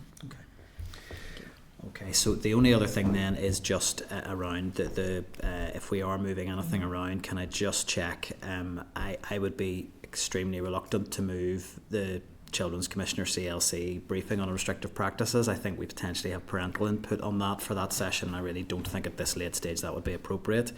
I wanted to check on the SEN regulations, we anticipate that they will be coming to committee. They have actually, I think, been sent over by the department, but it was last night. Yeah, so if they'll be they're in tabled for next week, it may not be required to have a briefing on the 25th on those, or do you anticipate that? Yeah, they could come next week with an introductory. If they come with an introductory briefing, so that might be a space we could do that. Or as suggested, if DE are not bringing anything substantially new on restrictive practices, to move that on a bit into the plan, we could look at that. And I would also maybe throw in there, if the pre-legislative briefing on 16 to 18 legislation is sort of a tick in a box, and maybe it's not as progressed as it needs to be before it would be brought to members again, that could move forward. But if the department are saying plans are very advanced on that, then obviously we need to hear. But yeah, so I'll check in with the people in the plan at the moment, and we'll try to prioritise the youth services if at all possible. No, that'd be and great. is it both the department and BITES, or both EA and BITES? It's EA and the department. I think that we need to hear from, because this is funding, it is restructuring, and it is policy. So it's the three. And if we could, anyone who's corresponded in this week's pack around youth services, if we could advise them that we are seeking those briefings, I think that would be very helpful. Okay. Are members content to endorse the forward work programme as drafted, subject to all those amendments? Agreed. Item 11 is any other business. Is there any other business? No. Item 12 is date, time and place of next meeting, and that is scheduled for Wednesday the 18th of February, 2 p.m. in room 29 and online. And that just leaves me to put the question that the committee meeting does now adjourn. Are we agreed? Agreed. Good.